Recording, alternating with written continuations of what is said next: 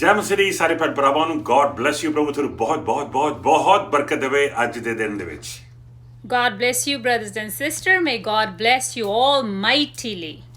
ਆਓ ਬਸ ਸਦਾ ਪਰਮੇਸ਼ਰ ਦੇ ਵਚਨ ਵਿੱਚ ਜਾਵਾਂਗੇ ਤੇ ਆਪਣੀ ਸਟੱਡੀ ਨੂੰ ਕੰਟੀਨਿਊ ਕਰਾਂਗੇ And let's go right away in the Word of God and we continue our study.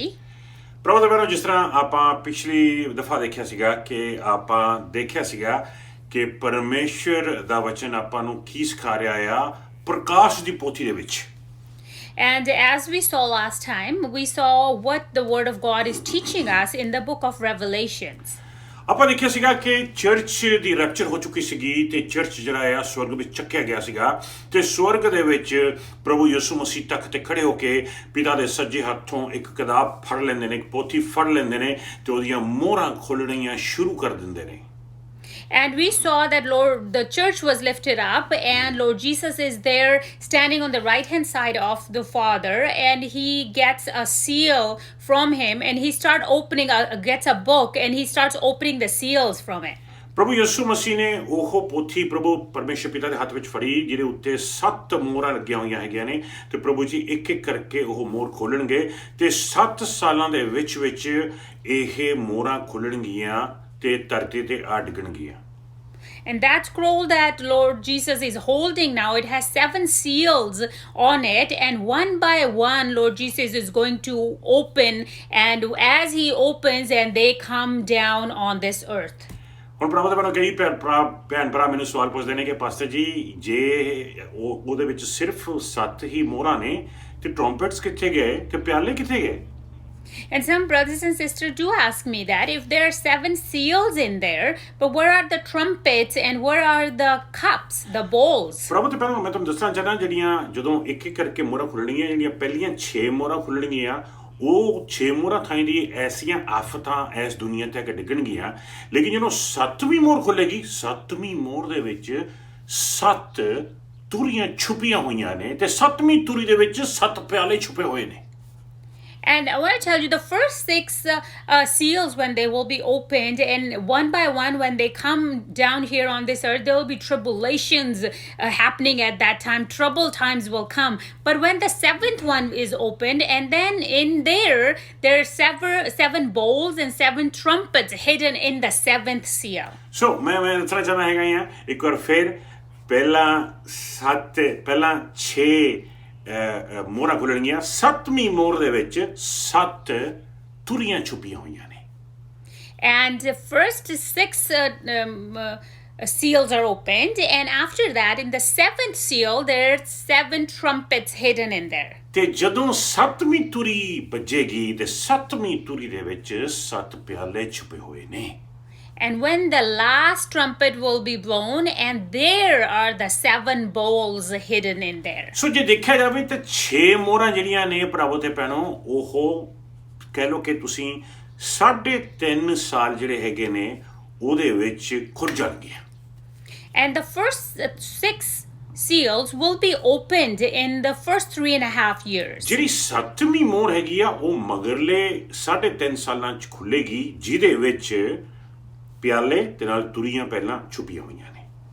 And the 7th seal will be opened in the second portion of the 3.5 years, second part of it. So and conclusion then there will be rest of the things. ਇਹ ਤੋਂ conclusion ਇਹ ਨਿਕਲਦਾ ਹੈਗਾ ਆ ਕਿ ਟ੍ਰਿਬੂਲੇਸ਼ਨ ਦੇ time ਦੇ ਵਿੱਚ ਜਿਹੜੇ 7 ਸਾਲ ਨੇ 3.5 ਸਾਲ ਪਹਿਲਾਂ ਉਹਦੇ ਵਿੱਚ 6 ਮੋਹਰਾਂ ਖੁੱਲਣਗੀਆਂ ਤੇ ਮਗਰਲੇ 3.5 ਸਾਲ ਦੇ ਵਿੱਚ ਤੁਰੀਆਂ ਤੇ ਪਿਆਲੇ ਖੁੱਲਣਗੇ So the conclusion of all this is that the first 3.5 years will be when the 6 seals are opening, but the second part, which is the other 3.5 years, the 7 trumpets and bowls will be opened.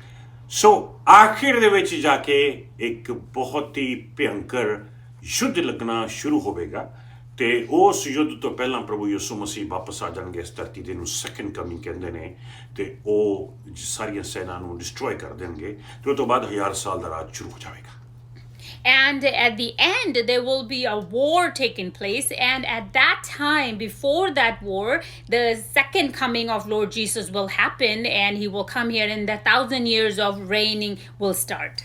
So, ਆਓ ਆਪਾਂ ਅੱਜ ਜਿਹੜੀਆਂ ਮੋਹਰਾਂ ਨੇ ਉਹਦੀ study ਕਰਨ ਜਾ ਰਹੇ ਹਾਂ ਵੀ 7 ਮੋਹਰਾਂ ਜਿਹੜੀਆਂ ਨੇ ਉਹਦੇ ਵਿੱਚ ਕੀ ਲਿਖਿਆ ਵਚਨ 'ਚ। And we're going to study about the 7 seals today. ਸੋ ਆਓ ਸਭ ਤੋਂ ਪਹਿਲਾਂ ਪਰਮੇਸ਼ਰ ਦੇ ਵਚਨ ਜਾਵਾਂਗੇ। ਪ੍ਰਕਾਸ਼ ਦੀ ਪੋਥੀ ਉਹਦਾ 6ਵਾਂ ਚੈਪਟਰ ਦੇਖਾਂਗੇ ਤੇ 6ਵੇਂ ਚੈਪਟਰ ਦੇ ਪਹਿਲੇ ਤੇ ਦੂਸਰੇ ਵਰਸ ਨੂੰ ਪੜਾਂਗੇ ਕਿ ਜਦੋਂ ਚਰਚ ਉੱਪਰ ਪਹੁੰਚ ਗਿਆ ਹੈਗਾ ਸਵਰਗ ਦੇ ਵਿੱਚ ਤੇ ਪ੍ਰਭੂ ਯਿਸੂ ਮਸੀਹ ਖੜੇ ਹੁੰਦੇ ਨੇ ਤੇ ਪਿਤਾ ਦੇ ਹੱਥੋਂ ਇੱਕ ਪੋਥੀ ਫੜਦੇ ਨੇ ਜਿਹਦੇ ਤੇ 7 ਮੋਹਰਾਂ ਲੱਗੀਆਂ ਨੇ ਤੇ ਪਹਿਲੀ ਮੋਹਰ ਖੋਲਣ ਜਾ ਰਹੇ ਨੇ। And we're going to read in the book of Revelation chapter 6 verse 1 and 2. ਜੀ ਹਾਂ। ਇਸ ਦੇ ਪਿੱਛੋਂ ਮੈਂ ਦੇਖਿਆ ਜਦੋਂ ਮੇਮਣੇ ਨੇ 7 ਸੀਲਾਂ ਵਿੱਚੋਂ ਪਹਿਲੀ ਸੀਲ ਤੋੜੀ ਤਾਂ ਮੈਂ 4 ਜਾਨਦਾਰਾਂ ਵਿੱਚੋਂ ਇੱਕ ਦੀ ਆਵਾਜ਼ ਸੁਣੀ ਜੋ ਗਰਜਣ ਵਰਗੀ ਸੀ ਅਤੇ ਕਹਿ ਰਹੀ ਸੀ ਆ। ਤਦ ਮੈਂ ਇੱਕ ਚਿੱਟਾ ਘੋੜਾ ਦੇਖਿਆ ਜਿਸ ਦੇ ਸਵਾਰ ਕੋਲ ਕਮਾਨ ਸੀ। ਉਸ ਨੂੰ ਇੱਕ ਤਾਜ ਦਿੱਤਾ ਗਿਆ ਅਤੇ ਉਹ ਜੇਤੂ ਹਾਲਤ ਵਿੱਚ ਜਿੱਤ ਪ੍ਰਾਪਤ ਕਰਦਾ ਹੋਇਆ ਅੱਗੇ ਵਧਦਾ ਗਿਆ। ਐਸ ਚਿੱਟੇ ਘੋੜੇ ਤੇ ਪ੍ਰਭੂ ਤੇ ਭੈਣੋ ਜਿਹੜਾ ਬੈਠ ਕੇ ਆ ਰਿਹਾ ਹੈ ਉਹ ਪ੍ਰਭੂ ਯਿਸੂ ਮਸੀਹ ਜੀ ਨਹੀਂ ਗੇ, ਉਹ ਜੋ ਆ ਰਿਹਾ ਹੈ ਐਂਟੀ ਕ੍ਰਾਈਸਟ ਹੈ।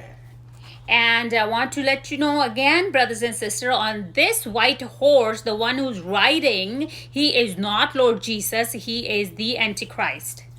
ਜਿਹੜੇ 4 ਜੰਤੂ ਪਰਮੇਸ਼ਰ ਦੇ ਤਖਤ ਦੇ ਚਾਰੋਂ ਪਾਸੇ ਖੜੇ ਨੇ, ਜਦੋਂ ਪ੍ਰਭੂ ਯਿਸੂ ਮਸੀਹ ਇੱਕ ਮੋਹਰ ਖੋਲਦੇ ਨੇ ਤੇ ਉਦੋਂ ਇੱਕ ਜਿਹੜਾ ਜੰਤੂ ਹੈ ਉਹ ਉੱਚੀ ਆਵਾਜ਼ ਨਾਲ ਬੋਲਦਾ ਹੈ ਵੀ ਆਓ ਤੇ ਦੇਖੋ, ਉਦੋਂ ਫਿਰ ਉਹ ਕੰਮ ਦੁਨੀਆ ਤੇ ਧਰਤੀ ਤੇ ਹੋ ਜਾਂਦੇ ਨੇ।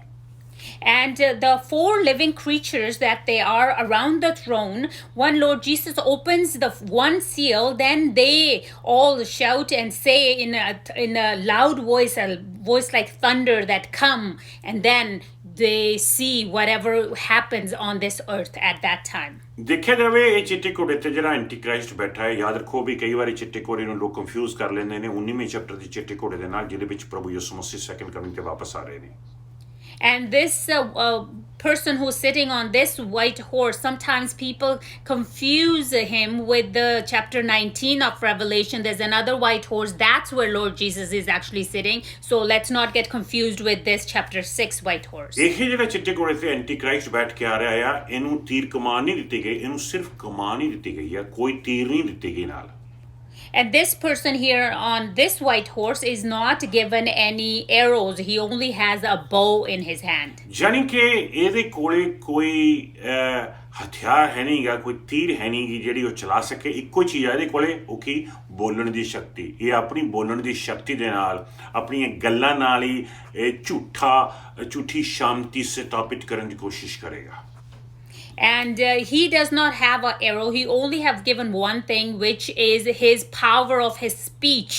So he's going to try to speak. He's going to try to lie. He's going to try to dominate the world with his speech. So Daniel chapter 7 verse 8 ਦੇ ਵਿੱਚ ਆਪਾਂ ਪੜਾਂਗੇ ਕਿ ਇਹਦੇ ਵਿੱਚ ਕੁਝ ਐਸੇ ਗੁਣ ਨਜ਼ਰ ਆਉਂਦੇ ਨੇ ਐਂਟੀ ਕ੍ਰਾਈਸਟ ਦੇ ਵਿੱਚ ਵੀ ਜਿਹੜੇ ਗੁਣ ਹੋਰ ਕਿਸੇ ਬੰਦੇ ਦੇ ਵਿੱਚ ਆਪਾਂ ਨੂੰ ਸ਼ਾਇਦ ਬਾਈਬਲ 'ਚ ਨਜ਼ਰ ਨਹੀਂ ਆ ਰਹੇ। ਸੋ ਸਭ ਤੋਂ ਪਹਿਲੀ ਚੀਜ਼ ਜਿਹੜੀ ਆਪਾਂ ਦੇਖਾਂਗੇ ਉਹ ਆਪਾਂ ਨੂੰ ਇਹ ਨਜ਼ਰ ਆਏਗਾ ਵੀ ਇਹ ਬੋਲਣ ਦੇ ਵਿੱਚ ਕਿੰਨਾ ਜ਼ਿਆਦਾ ਮਾਹਰ ਆ, ਲੇਕਿਨ ਇਹ ਬੋਲ ਕੇ ਲੋਕਾਂ ਨੂੰ ਗੁੰਮਰਾਹ ਕਰੇਗਾ। And in Daniel chapter 7 verse 8, we're going to see how this Antichrist has such a power of speech that he's going to cheat people, or he's going to try to win people just by the power of speech. We're going to read book of Daniel chapter 7 verse 8. ਇਹਨੂੰ great orator ਕਿਹਾ ਗਿਆ ਹੈ, ਯਾਨੀ ਕਿ ਵੱਡੀਆਂ ਗੱਲਾਂ ਬੋਲਣ ਵਾਲਾ ਇਨਸਾਨ। He's also known as the person who does big speeches, big words he uses. ਆਓ ਦੇਖੀਏ ਡੈਨੀਅਲ ਚੈਪਟਰ 7 verse 8। ਜੀ ਹਾਂ, ਮੈਂ ਇਸ ਸੰਬੰਧ ਵਿੱਚ ਸੋਚ ਹੀ ਰਿਹਾ ਸਾਂ ਕਿ ਪਹਿਲੇ ਸਿੰਘਾਂ ਵਿੱਚ ਇੱਕ ਛੋਟਾ ਸਿੰਘ ਹੋਰ ਨਿਕਲ ਆਇਆ ਜਿਸ ਨੇ ਪਹਿਲਿਆਂ ਵਿੱਚੋਂ 3 ਸਿੰਘਾਂ ਨੂੰ ਪੁੱਟ ਸੁੱਟਿਆ। ਇਸ ਸਿੰਘ ਦੀਆਂ ਅੱਖਾਂ ਮਨੁੱਖ ਦੀਆਂ ਅੱਖਾਂ ਵਰਗੀਆਂ ਸਨ ਅਤੇ ਇਸ ਦਾ ਇੱਕ ਮੂੰਹ ਵੀ ਸੀ ਜਿਸ ਦੇ ਨਾਲ ਉਹ ਵੱਡੀਆਂ ਹੰਕਾਰ ਭਰੀਆਂ ਗੱਲਾਂ ਕਰ ਰਿਹਾ ਸੀ। ਮੈਂ ਵਿਸ਼ਵਾਸ ਕਰਦਾ ਕਿ ਜਦੋਂ ਇਹਨੇ ਦੂਜੇ ਸਿੰਘਾਂ ਨੂੰ, 3 ਸਿੰਘ ਜਿਹੜੇ ਨੇ ਉਹ ਅਥਾਰਟੀ ਨੂੰ ਰਿਪਰੈਜ਼ੈਂਟ ਕਰਦੇ ਨੇ, ਰਾਜਾਂ ਨੂੰ ਰਿਪਰੈਜ਼ੈਂਟ ਕਰਦੇ ਨੇ, ਪ੍ਰੈਜ਼ੀਡੈਂਟਸ ਨੂੰ ਜਾਂ ਪ੍ਰਾਈਮ ਮਿਨਿਸਟਰ ਨੂੰ ਰਿਪਰੈਜ਼ੈਂਟ ਕਰਦੇ ਨੇ। ਸੋ ਜਿਹੜੇ 10 ਦੇਸ਼ ਸੀਗੇ ਜਿਹੜੇ ਇਹਨਾਂ ਦੇ ਸਭ ਤੋਂ ਵੱਧ ਕੇ 3 ਉੱਪਰਲੇ ਲੀਡਰ ਸੀਗੇ, ਇਹਨੇ ਆਪਣੀਆਂ ਗੱਲਾਂ ਦੇ ਨਾਲ ਉਹ ਤਿੰਨਾਂ ਨੂੰ ਡਿਸਟਰੋਏ ਕਰ ਦਿੱਤਾ। And I believe as these horns, they represent authority, those big people, big leaders. That it says here that with his boastfully speech, he destroyed the other three. ਸੋ ਜਾਣੀ ਕਿ ਬਹੁਤ ਜ਼ਬਰਦਸਤ ਲੋਕ ਸੁਣਨਗੇ। ਤੁਹਾਨੂੰ ਯਾਦ ਹੋਵੇਗਾ ਜਦੋਂ ਪ੍ਰਭੂ ਯਿਸੂ ਮਸੀਹ ਜੀ ਪ੍ਰਚਾਰ ਕਰਦੇ ਹੁੰਦੇ ਸੀਗੇ, ਪ੍ਰਭੂ ਯਿਸੂ ਮਸੀਹ ਦਾ ਪ੍ਰਚਾਰ ਸੁਣ ਕੇ ਲੋਕਾਂ ਦੀਆਂ ਅੱਖਾਂ ਖੁੱਲੀਆਂ ਰਹਿ ਜਾਂਦੀਆਂ ਸੀ, ਮੂੰਹ ਖੁੱਲੇ ਰਹਿ ਜਾਂਦੇ ਸੀ, ਕਹਿੰਦੇ ਸੀ ਵਾਓ ਅਸੀਂ ਕਦੇ ਸੁਣਿਆ ਨਹੀਂ।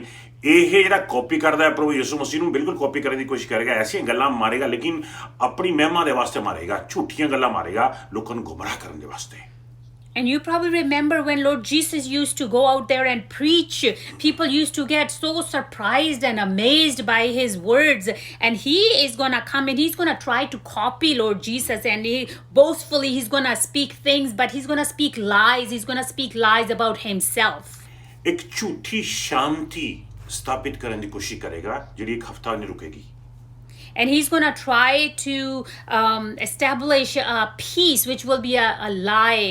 Peace which will have no foundation, but which will barely last a week.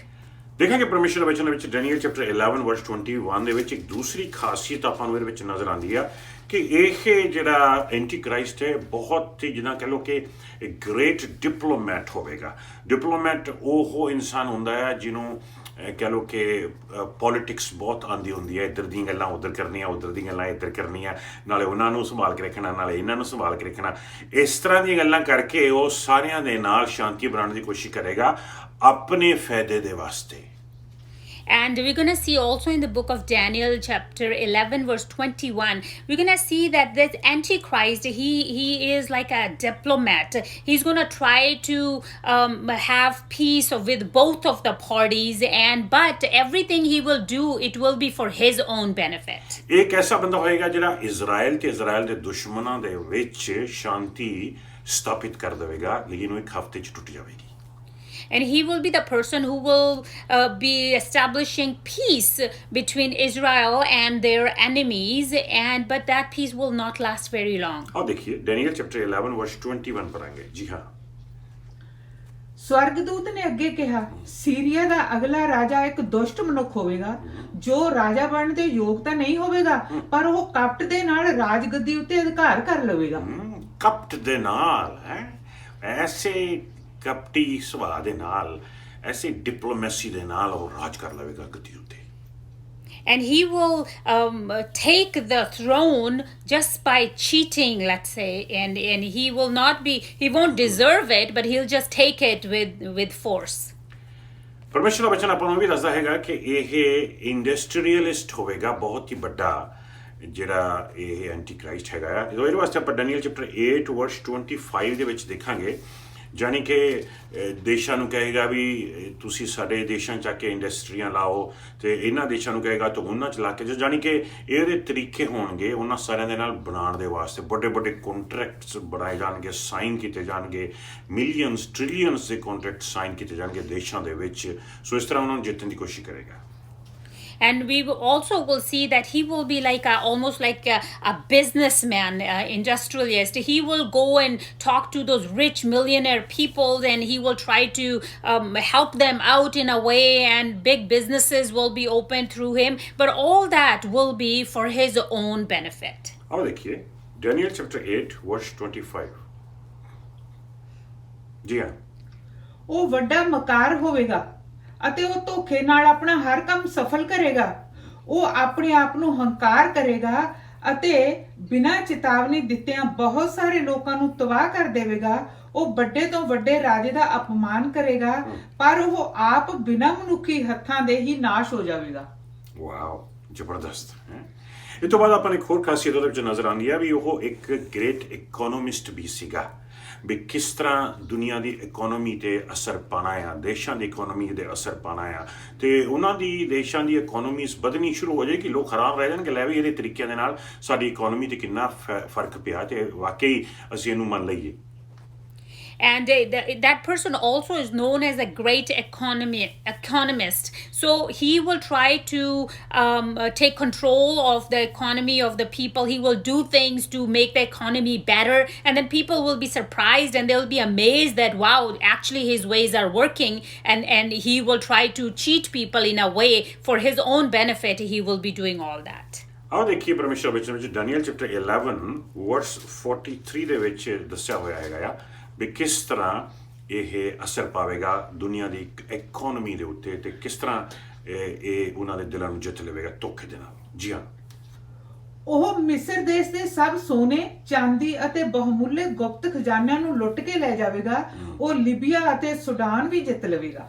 Wow, ਯਾਨੀ ਕਿ ਜਿੰਨੇ ਵੱਡੇ ਵੱਡੇ ਦੇਸ਼ਾਂ ਦੀ ਇਕਨੋਮੀ ਹੋਵੇਗੀ ਉਹ ਸਾਰੀ ਆਪਣੀ ਜੇਬ 'ਚ ਪਾਉਣ ਦੀ ਕੋਸ਼ਿਸ਼ ਕਰੇਗਾ, ਸੋ ਆਪਣੇ ਆਪ ਨੂੰ ਉੱਚਾ ਕਰਨ ਦੀ ਕੋਸ਼ਿਸ਼ ਕਰੇਗਾ। And he will try to control the economy of all the big countries, and he will try to lift himself up in their eyes. So Daniel chapter 7 ਵਰਸ 21 ਦੇ ਵਿੱਚ ਆਪਾਂ ਨੂੰ ਇੱਕ ਹੋਰ ਇਹਦਾ ਚਿਹਰਾ ਨਜ਼ਰ ਆਉਂਦਾ ਆ ਕਿ ਇਹ ਇੱਕ ਮਿਲਟਰੀ ਦੇ ਵਿੱਚ ਵੀ ਖਾਸੀਅਤ ਜਿਹੜੀ ਹੈਗੀ ਆ, ਇੱਕ ਗ੍ਰੇਟ ਮਿਲਟਰੀਸਟ ਹੋਵੇਗਾ, ਯਾਨੀ ਕਿ ਮਿਲਟਰੀ ਦੇ ਵਿੱਚ ਵੀ ਇਹ ਉਹਨਾਂ ਨੂੰ ਇਸਤੇਮਾਲ ਕਰੇਗਾ, ਜਿਹੜੇ ਮਿਲਟਰੀਆਂ ਹੈਗੀਆਂ ਨੇ ਦੁਨੀਆ ਦੀਆਂ ਸ਼ਕਤੀਆਂ ਨੂੰ ਇਸਤੇਮਾਲ ਕਰੇਗਾ ਆਪਣੇ ਫਾਇਦੇ ਦੇ ਵਾਸਤੇ। ਕਿਉਂ? ਕਿਉਂਕਿ ਛੇਤੀ ਜਿਹਦਾ ਪਾਂਡਾ ਫੁੱਟ ਜਾਵੇਗਾ। ਜਦੋਂ ਇਜ਼ਰਾਈਲ ਨੂੰ ਪਤਾ ਲੱਗ ਜਾਏਗਾ ਕਿ ਇਹ ਮਸੀਹ ਨਹੀਂ ਗਾ ਬਲਕਿ ਇਹ ਤਾਂ ਐਂਟੀ ਕ੍ਰਾਈਸਟ ਆ, ਤਾਂ ਇਜ਼ਰਾਈਲ ਇਹਨੂੰ ਪੂਜਾ ਕਰਨ ਵਾਸਤੇ ਇਨਕਾਰ ਕਰ ਦੇਵੇਗਾ। ਉਦੋਂ ਫਿਰ ਇਹ ਆਪਣੇ ਧੱਕੇ ਦੇ ਨਾਲ ਮਿਲਟਰੀ ਦੇ ਸ਼ਕਤੀ ਦੇ ਨਾਲ ਉਹਨਾਂ ਨੂੰ ਡਿਸਟਰੋਏ ਕਰਨ ਦੀ ਕੋਸ਼ਿਸ਼ ਕਰੇਗਾ। And when Israel will find out that he's actually Antichrist, he's not helping us out, they will try to deny him. And at that time, he, with the power of the army, he will try to destroy these countries. So he will do all that for his own benefit. ਆਓ ਪੜ੍ਹੀਏ Daniel chapter 7 ਵਰਸ 21। ਜੀ ਹਾਂ, ਪਰ ਮੇਰੇ ਦੇਖਦਿਆਂ ਹੀ ਉਸ ਸਿੰਘ ਨੇ ਪਰਮੇਸ਼ਰ ਦੇ ਲੋਕਾਂ ਵਿਰੁੱਧ ਲੜ ਕੇ ਉਹਨਾਂ ਉੱਤੇ ਜਿੱਤ ਪ੍ਰਾਪਤ ਕਰ ਲਈ। ਲੜਕੇ ਯਾਨੀ ਕਿ ਜਿਹੜੇ ਪਰਮੇਸ਼ਰ ਦੇ ਲੋਕ ਵਿਸ਼ਵਾਸ ਨਹੀਂ ਕਰ ਰਹੇ ਇਹਦੇ ਤੇ, ਉਹਨਾਂ ਦੇ ਖਿਲਾਫ ਆਰਮੀ ਖੜੀ ਕਰ ਦੇਵੇਗਾ ਤੇ ਉਹਨਾਂ ਤੇ ਜਿੱਤ ਪ੍ਰਾਪਤ ਕਰਨ ਦੀ ਕੋਸ਼ਿਸ਼ ਕਰੇਗਾ। And then he will try to defeat the people, and he will raise a war against those holy people. ਦੇਖੀਏ ਡੈਨੀਅਲ ਚੈਪਟਰ 11 ਵਰਸ 38 ਦੇ ਵਿੱਚ ਵੀ ਦੇਖੀਏ ਤੇ ਇਹਦੇ ਵਿੱਚ ਇੱਕ ਹੋਰ ਚਾਹ ਹੈਗੀ ਆ ਮੈਟੀਰੀਅਲਿਸਟ ਦੀ, ਵੀ ਜਾਨੀ ਕਿ ਦੁਨੀਆ ਦੇ ਪਿੱਛੇ ਆਪਾਂ ਦੇਖ ਕੇ ਗਏ ਹਾਂ ਵੀ ਦੁਨੀਆ ਦੇ ਸੋਨੇ ਚਾਂਦੀ ਤੇ ਵੱਡੇ ਵੱਡੇ ਜਿਹੜੇ ਖਾਸ ਕਹਿ ਲਓ ਕਿ ਬਹੁਮੁੱਲੀਆਂ ਚੀਜ਼ਾਂ ਹੈਗੀਆਂ ਨੇ ਦੇਸ਼ਾਂ ਦੇ ਵਿੱਚ, ਉਹਨਾਂ ਨੂੰ ਇਕੱਠਾ ਕਰਨ ਦੀ ਕੋਸ਼ਿਸ਼ ਕਰੇਗਾ। ਗ੍ਰੇਟ ਮੈਟੀਰੀਅਲਿਸਟ ਹੋਵੇਗਾ ਇਹ। ਡੈਨੀਅਲ ਚੈਪਟਰ 11 ਵਰਸ 38 ਪੜਾਂਗੇ। ਜੀ ਹਾਂ, ਉਹ ਇਹਨਾਂ ਸਭ ਦੀ ਥਾਂ ਕਿਲਿਆਂ ਦੇ ਦੇਵਤੇ ਦਾ ਆਦਰ ਕਰੇਗਾ। ਉਹ ਉਸ ਦੇਵਤੇ ਨੂੰ ਹਰ ਤਰ੍ਹਾਂ ਦੇ ਸੋਨੇ ਚਾਂਦੀ ਹੀਰਿਆਂ ਤੇ ਹੋਰ ਬਹੁਮੁੱਲੀਆਂ ਭੇਂਟਾਂ ਚੜਾਵੇਗਾ ਜਿਸ ਦੀ ਪੂਜਾ ਉਸ ਦੇ ਪੁਰਖਿਆਂ ਨੇ ਕਦੀ ਵੀ ਨਹੀਂ ਕੀਤੀ ਸੀ। ਵਾਓ, ਤੁਸੀਂ ਦੇਖਿਆ ਕਿ ਕਿਸ ਤਰ੍ਹਾਂ ਇਹ ਲਾਲਚੀ ਇਨਸਾਨ ਹੋਵੇਗਾ ਤੇ ਦੁਨੀਆ ਦੀ ਧਨ ਦੌਲਤ ਨੂੰ ਵੀ ਇਸਤੇਮਾਲ ਕਰੇਗਾ ਲੋਕਾਂ ਦੇ ਦਿਲਾਂ ਨੂੰ ਜਿੱਤਣ ਦੇ ਵਾਸਤੇ, ਤੇ ਆਪ ਖੁਦ ਵਚਨ ਕਹਿੰਦਾ ਹੈ ਕਿ ਜਾ ਕੇ ਬਹਿ ਜਾਵੇਗਾ ਉਸ ਤਖਤ ਤੇ ਜਿਹੜਾ ਇਜ਼ਰਾਈਲ ਦੇ ਵਿੱਚ ਆ। And then again here the word of God says that he will honor a God of fortress, a God unknown to his ancestors. He will honor with the gold and silver, with precious stones and costly gifts. He will try to, in other words, he will try to win people with all this silver and precious stones, with money. ਬਿਲਕੁਲ। ਹੁਣ 7ਵੇਂ number ਤੇ ਇੱਕ ਹੋਰ ਖਾਸੀਅਤ ਜਿਹੜੀ ਇਹਦੇ ਵਿੱਚ ਨਜ਼ਰ ਆ ਰਹੀ ਹੈ ਆਪਾਂ ਨੂੰ, ਇਹ ਬਹੁਤ ਹੀ ਜ਼ਬਰਦਸਤ ਖਾਸੀਅਤ ਹੈ ਇਹਦੇ ਵਿੱਚ। ਇਹ ਗ੍ਰੇਟ ਇੰਟੈਲੈਕਚੁਅਲਿਸਟ ਹੋਵੇਗਾ, ਯਾਨੀ ਕਿ ਬਹੁਤ ਹੀ ਇੰਟੈਲੀਜੈਂਟ ਬੰਦਾ ਹੋਵੇਗਾ। ਲੇਕਿਨ ਜਿਹੜੀ ਇੰਟੈਲੀਜੈਂਸੀ ਹੈਗੀ ਆ ਉਹ ਪਰਮੇਸ਼ਰ ਦਾ ਨਾਮ ਉੱਚਾ ਕਰਨ ਵਾਸਤੇ ਨਹੀਂ ਹੋਏਗੀ, ਉਹ ਆਪਣਾ ਨਾਮ ਉੱਚਾ ਕਰਨ ਵਾਸਤੇ ਹੋਏਗੀ, ਲੋਕਾਂ ਨੂੰ ਗੁੰਮਰਾਹ ਕਰਨ ਦੇ ਵਾਸਤੇ ਹੋਏਗੀ। And then again, another thing that we see in this person in Antichrist, that he'll be very intelligent, but that smartness that he will have, he will not use it to raise God's name up, but that will be to raise his own name up. He will try to act smart and be intelligent to gain other people's trust. ਕਿਸੇ ਨੇ ਕਿਹਾ ਕਿ ਜੇ 6 ਦੇਸ਼ਾਂ ਦੇ presidents ਦੀ intelligence ਇਕੱਠੀ ਕਰ ਲਓ ਉਨੀ ਇਹਦੇ 'ਚ ਹੋਵੇਗੀ। And somebody has said if you kind of get together the intelligence of 6 presidents of different countries, that's how smart he will be. ਪੜਾਂਗੇ ਡੈਨੀਅਲ ਚੈਪਟਰ 8 ਵਰਸ 23 ਇਸ ਇੰਟੈਲੀਜੈਂਸੀ ਤੋਂ ਇਲਾਵਾ ਇਹਦੇ ਵਿੱਚ ਇੱਕ ਐਸੀ ਡਿਸਰਨ ਕਰਨ ਦੀ ਸ਼ਕਤੀ ਹੋਏਗੀ ਵੀ ਜਿਹੜਾ ਮੂਹਰੇ ਖੜੇਗਾ ਉਹ ਜਾਣ ਲਿਆ ਕਰੇਗਾ ਇਹ ਵੀ ਉਹ ਕੀ ਸੋਚ ਰਿਹਾ ਹੈ ਉਹ ਕੀ ਚਾਹੁੰਦਾ ਹੈ And this person also will have a power of discernment. So that's another power that he will have. ਲੇਕਿਨ ਇਹ ਰੱਬ ਵੱਲੋਂ ਨਹੀਂ ਹੋਏਗੀ ਬਲਕਿ ਇਹ ਸ਼ੈਤਾਨ ਵੱਲੋਂ ਹੋਵੇਗੀ But of course, that won't be from God. It will be from the evil ਪੜਾਂਗੇ ਆਪਾਂ itself. ਡੈਨੀਅਲ ਚੈਪਟਰ 8 ਵਰਸ 23 ਜੀ ਹਾਂ ਜਦੋਂ ਇਹਨਾਂ ਰਾਜਾਂ ਦਾ ਅੰਤਮ ਸਮਾਂ ਨੇੜੇ ਆ ਜਾਵੇਗਾ ਅਤੇ ਇਹ ਅਤ ਦੁਸ਼ਟ ਹੋ ਜਾਣਗੇ ਤਾਂ ਇਹਨਾਂ ਨੂੰ ਸਜ਼ਾ ਮਿਲਣੀ ਸ਼ੁਰੂ ਹੋ ਜਾਵੇਗੀ ਉਸ ਸਮੇਂ ਇੱਕ ਬਹੁਤ ਜਿੱਦੀ ਧੋਖੇਬਾਜ਼ ਅਤੇ ਚਤੁਰ ਰਾਜਾ ਪੈਦਾ ਹੋਵੇਗਾ ਇਹੀ ਆ ਉਹ ਚਤੁਰ ਰਾਜਾ ਜਿਹੜਾ ਪੈਦਾ ਹੋਵੇਗਾ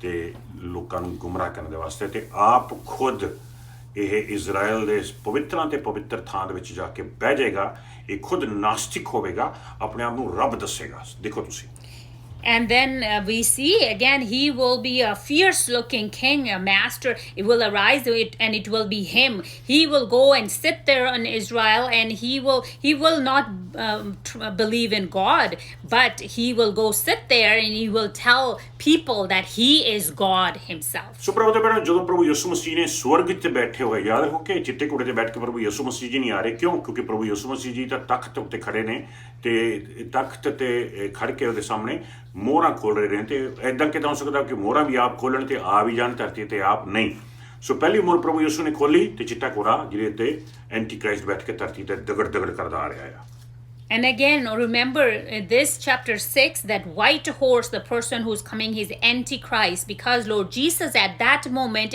he's standing in front of the throne and opening the seals. He opened the first seal, and this is where we see the white horse is coming. ਦੂਸਰੀ ਮੋਹਰ ਪ੍ਰਭੂ ਯਿਸੂ ਮਸੀਹ ਖੋਲ ਰਹੇ ਹੈਗੇ ਨੇ ਤੇ ਚੈਪਟਰ 6 ਰੈਵਲੇਸ਼ਨ ਚੈਪਟਰ 6 ਵਰਸ 3-4 ਵਿੱਚ ਪੜਾਂਗੇ ਦੂਸਰੀ ਮੋਹਰ ਕੀ ਰਿਪਰੈਜ਼ੈਂਟ ਕਰਦੀ ਆ ਦੂਸਰੀ ਮੋਹਰ ਜਦੋਂ ਖੋਲਦੇ ਨੇ ਇੱਕ ਹੋਰ ਘੋੜਾ ਦਗੜ ਕਰਦਾ ਹੋਇਆ ਦੁਨੀਆ ਤੇ ਆ ਰਿਹਾ ਲੇਕਿਨ ਦੇਖਣ ਵਾਲੀ ਗੱਲ ਹੈਗੀ ਆ ਕਿ ਉਹ ਘੋੜੇ ਦਾ ਰੰਗ ਲਾਲ ਹੈ And again, we continue in Revelation chapter 6. We're going to see the second seal being opened now. And we see in the book of Revelation chapter 6 that the second horse is coming now, but that horse is red in color. ਜੀ ਹਾਂ Revelation chapter 6 verse 3 and 4 ਫਿਰ ਜਦੋਂ ਮੇਮਣੇ ਨੇ ਦੂਜੀ ਸੀਲ ਤੋੜੀ ਤਾਂ ਮੈਂ ਦੂਜੇ ਜਾਨਦਾਰ ਨੂੰ ਇਹ ਕਹਿੰਦੇ ਸੁਣਿਆ ਆ ਤਦ ਇੱਕ ਹੋਰ ਘੋੜਾ ਜਿਸ ਦਾ ਰੰਗ ਲਾਲ ਸੀ ਨਿਕਲਿਆ ਉਸ ਦੇ ਸਵਾਰ ਨੂੰ ਇਹ ਅਧਿਕਾਰ ਦਿੱਤਾ ਗਿਆ ਸੀ ਕਿ ਧਰਤੀ ਤੋਂ ਸ਼ਾਂਤੀ ਖਤਮ ਕਰ ਦੇਵੇ ਤਾਂ ਜੋ ਲੋਕ ਇੱਕ ਦੂਜੇ ਦਾ ਕਤਲ ਕਰਨ ਉਸ ਸਵਾਰ ਨੂੰ ਇੱਕ ਵੱਡੀ ਤਲਵਾਰ ਦਿੱਤੀ ਗਈ ਸੀ ਪ੍ਰਭੂ ਤੇ ਭੈਣੋ ਇਹ ਲਾਲ ਰੰਗ ਦਾ ਘੋੜਾ ਰਿਪਰੈਜ਼ੈਂਟ ਕਰਦਾ ਖੂਨ ਨੂੰ ਲਹੂ And brothers and sisters, this horse, which is red in color, represents blood.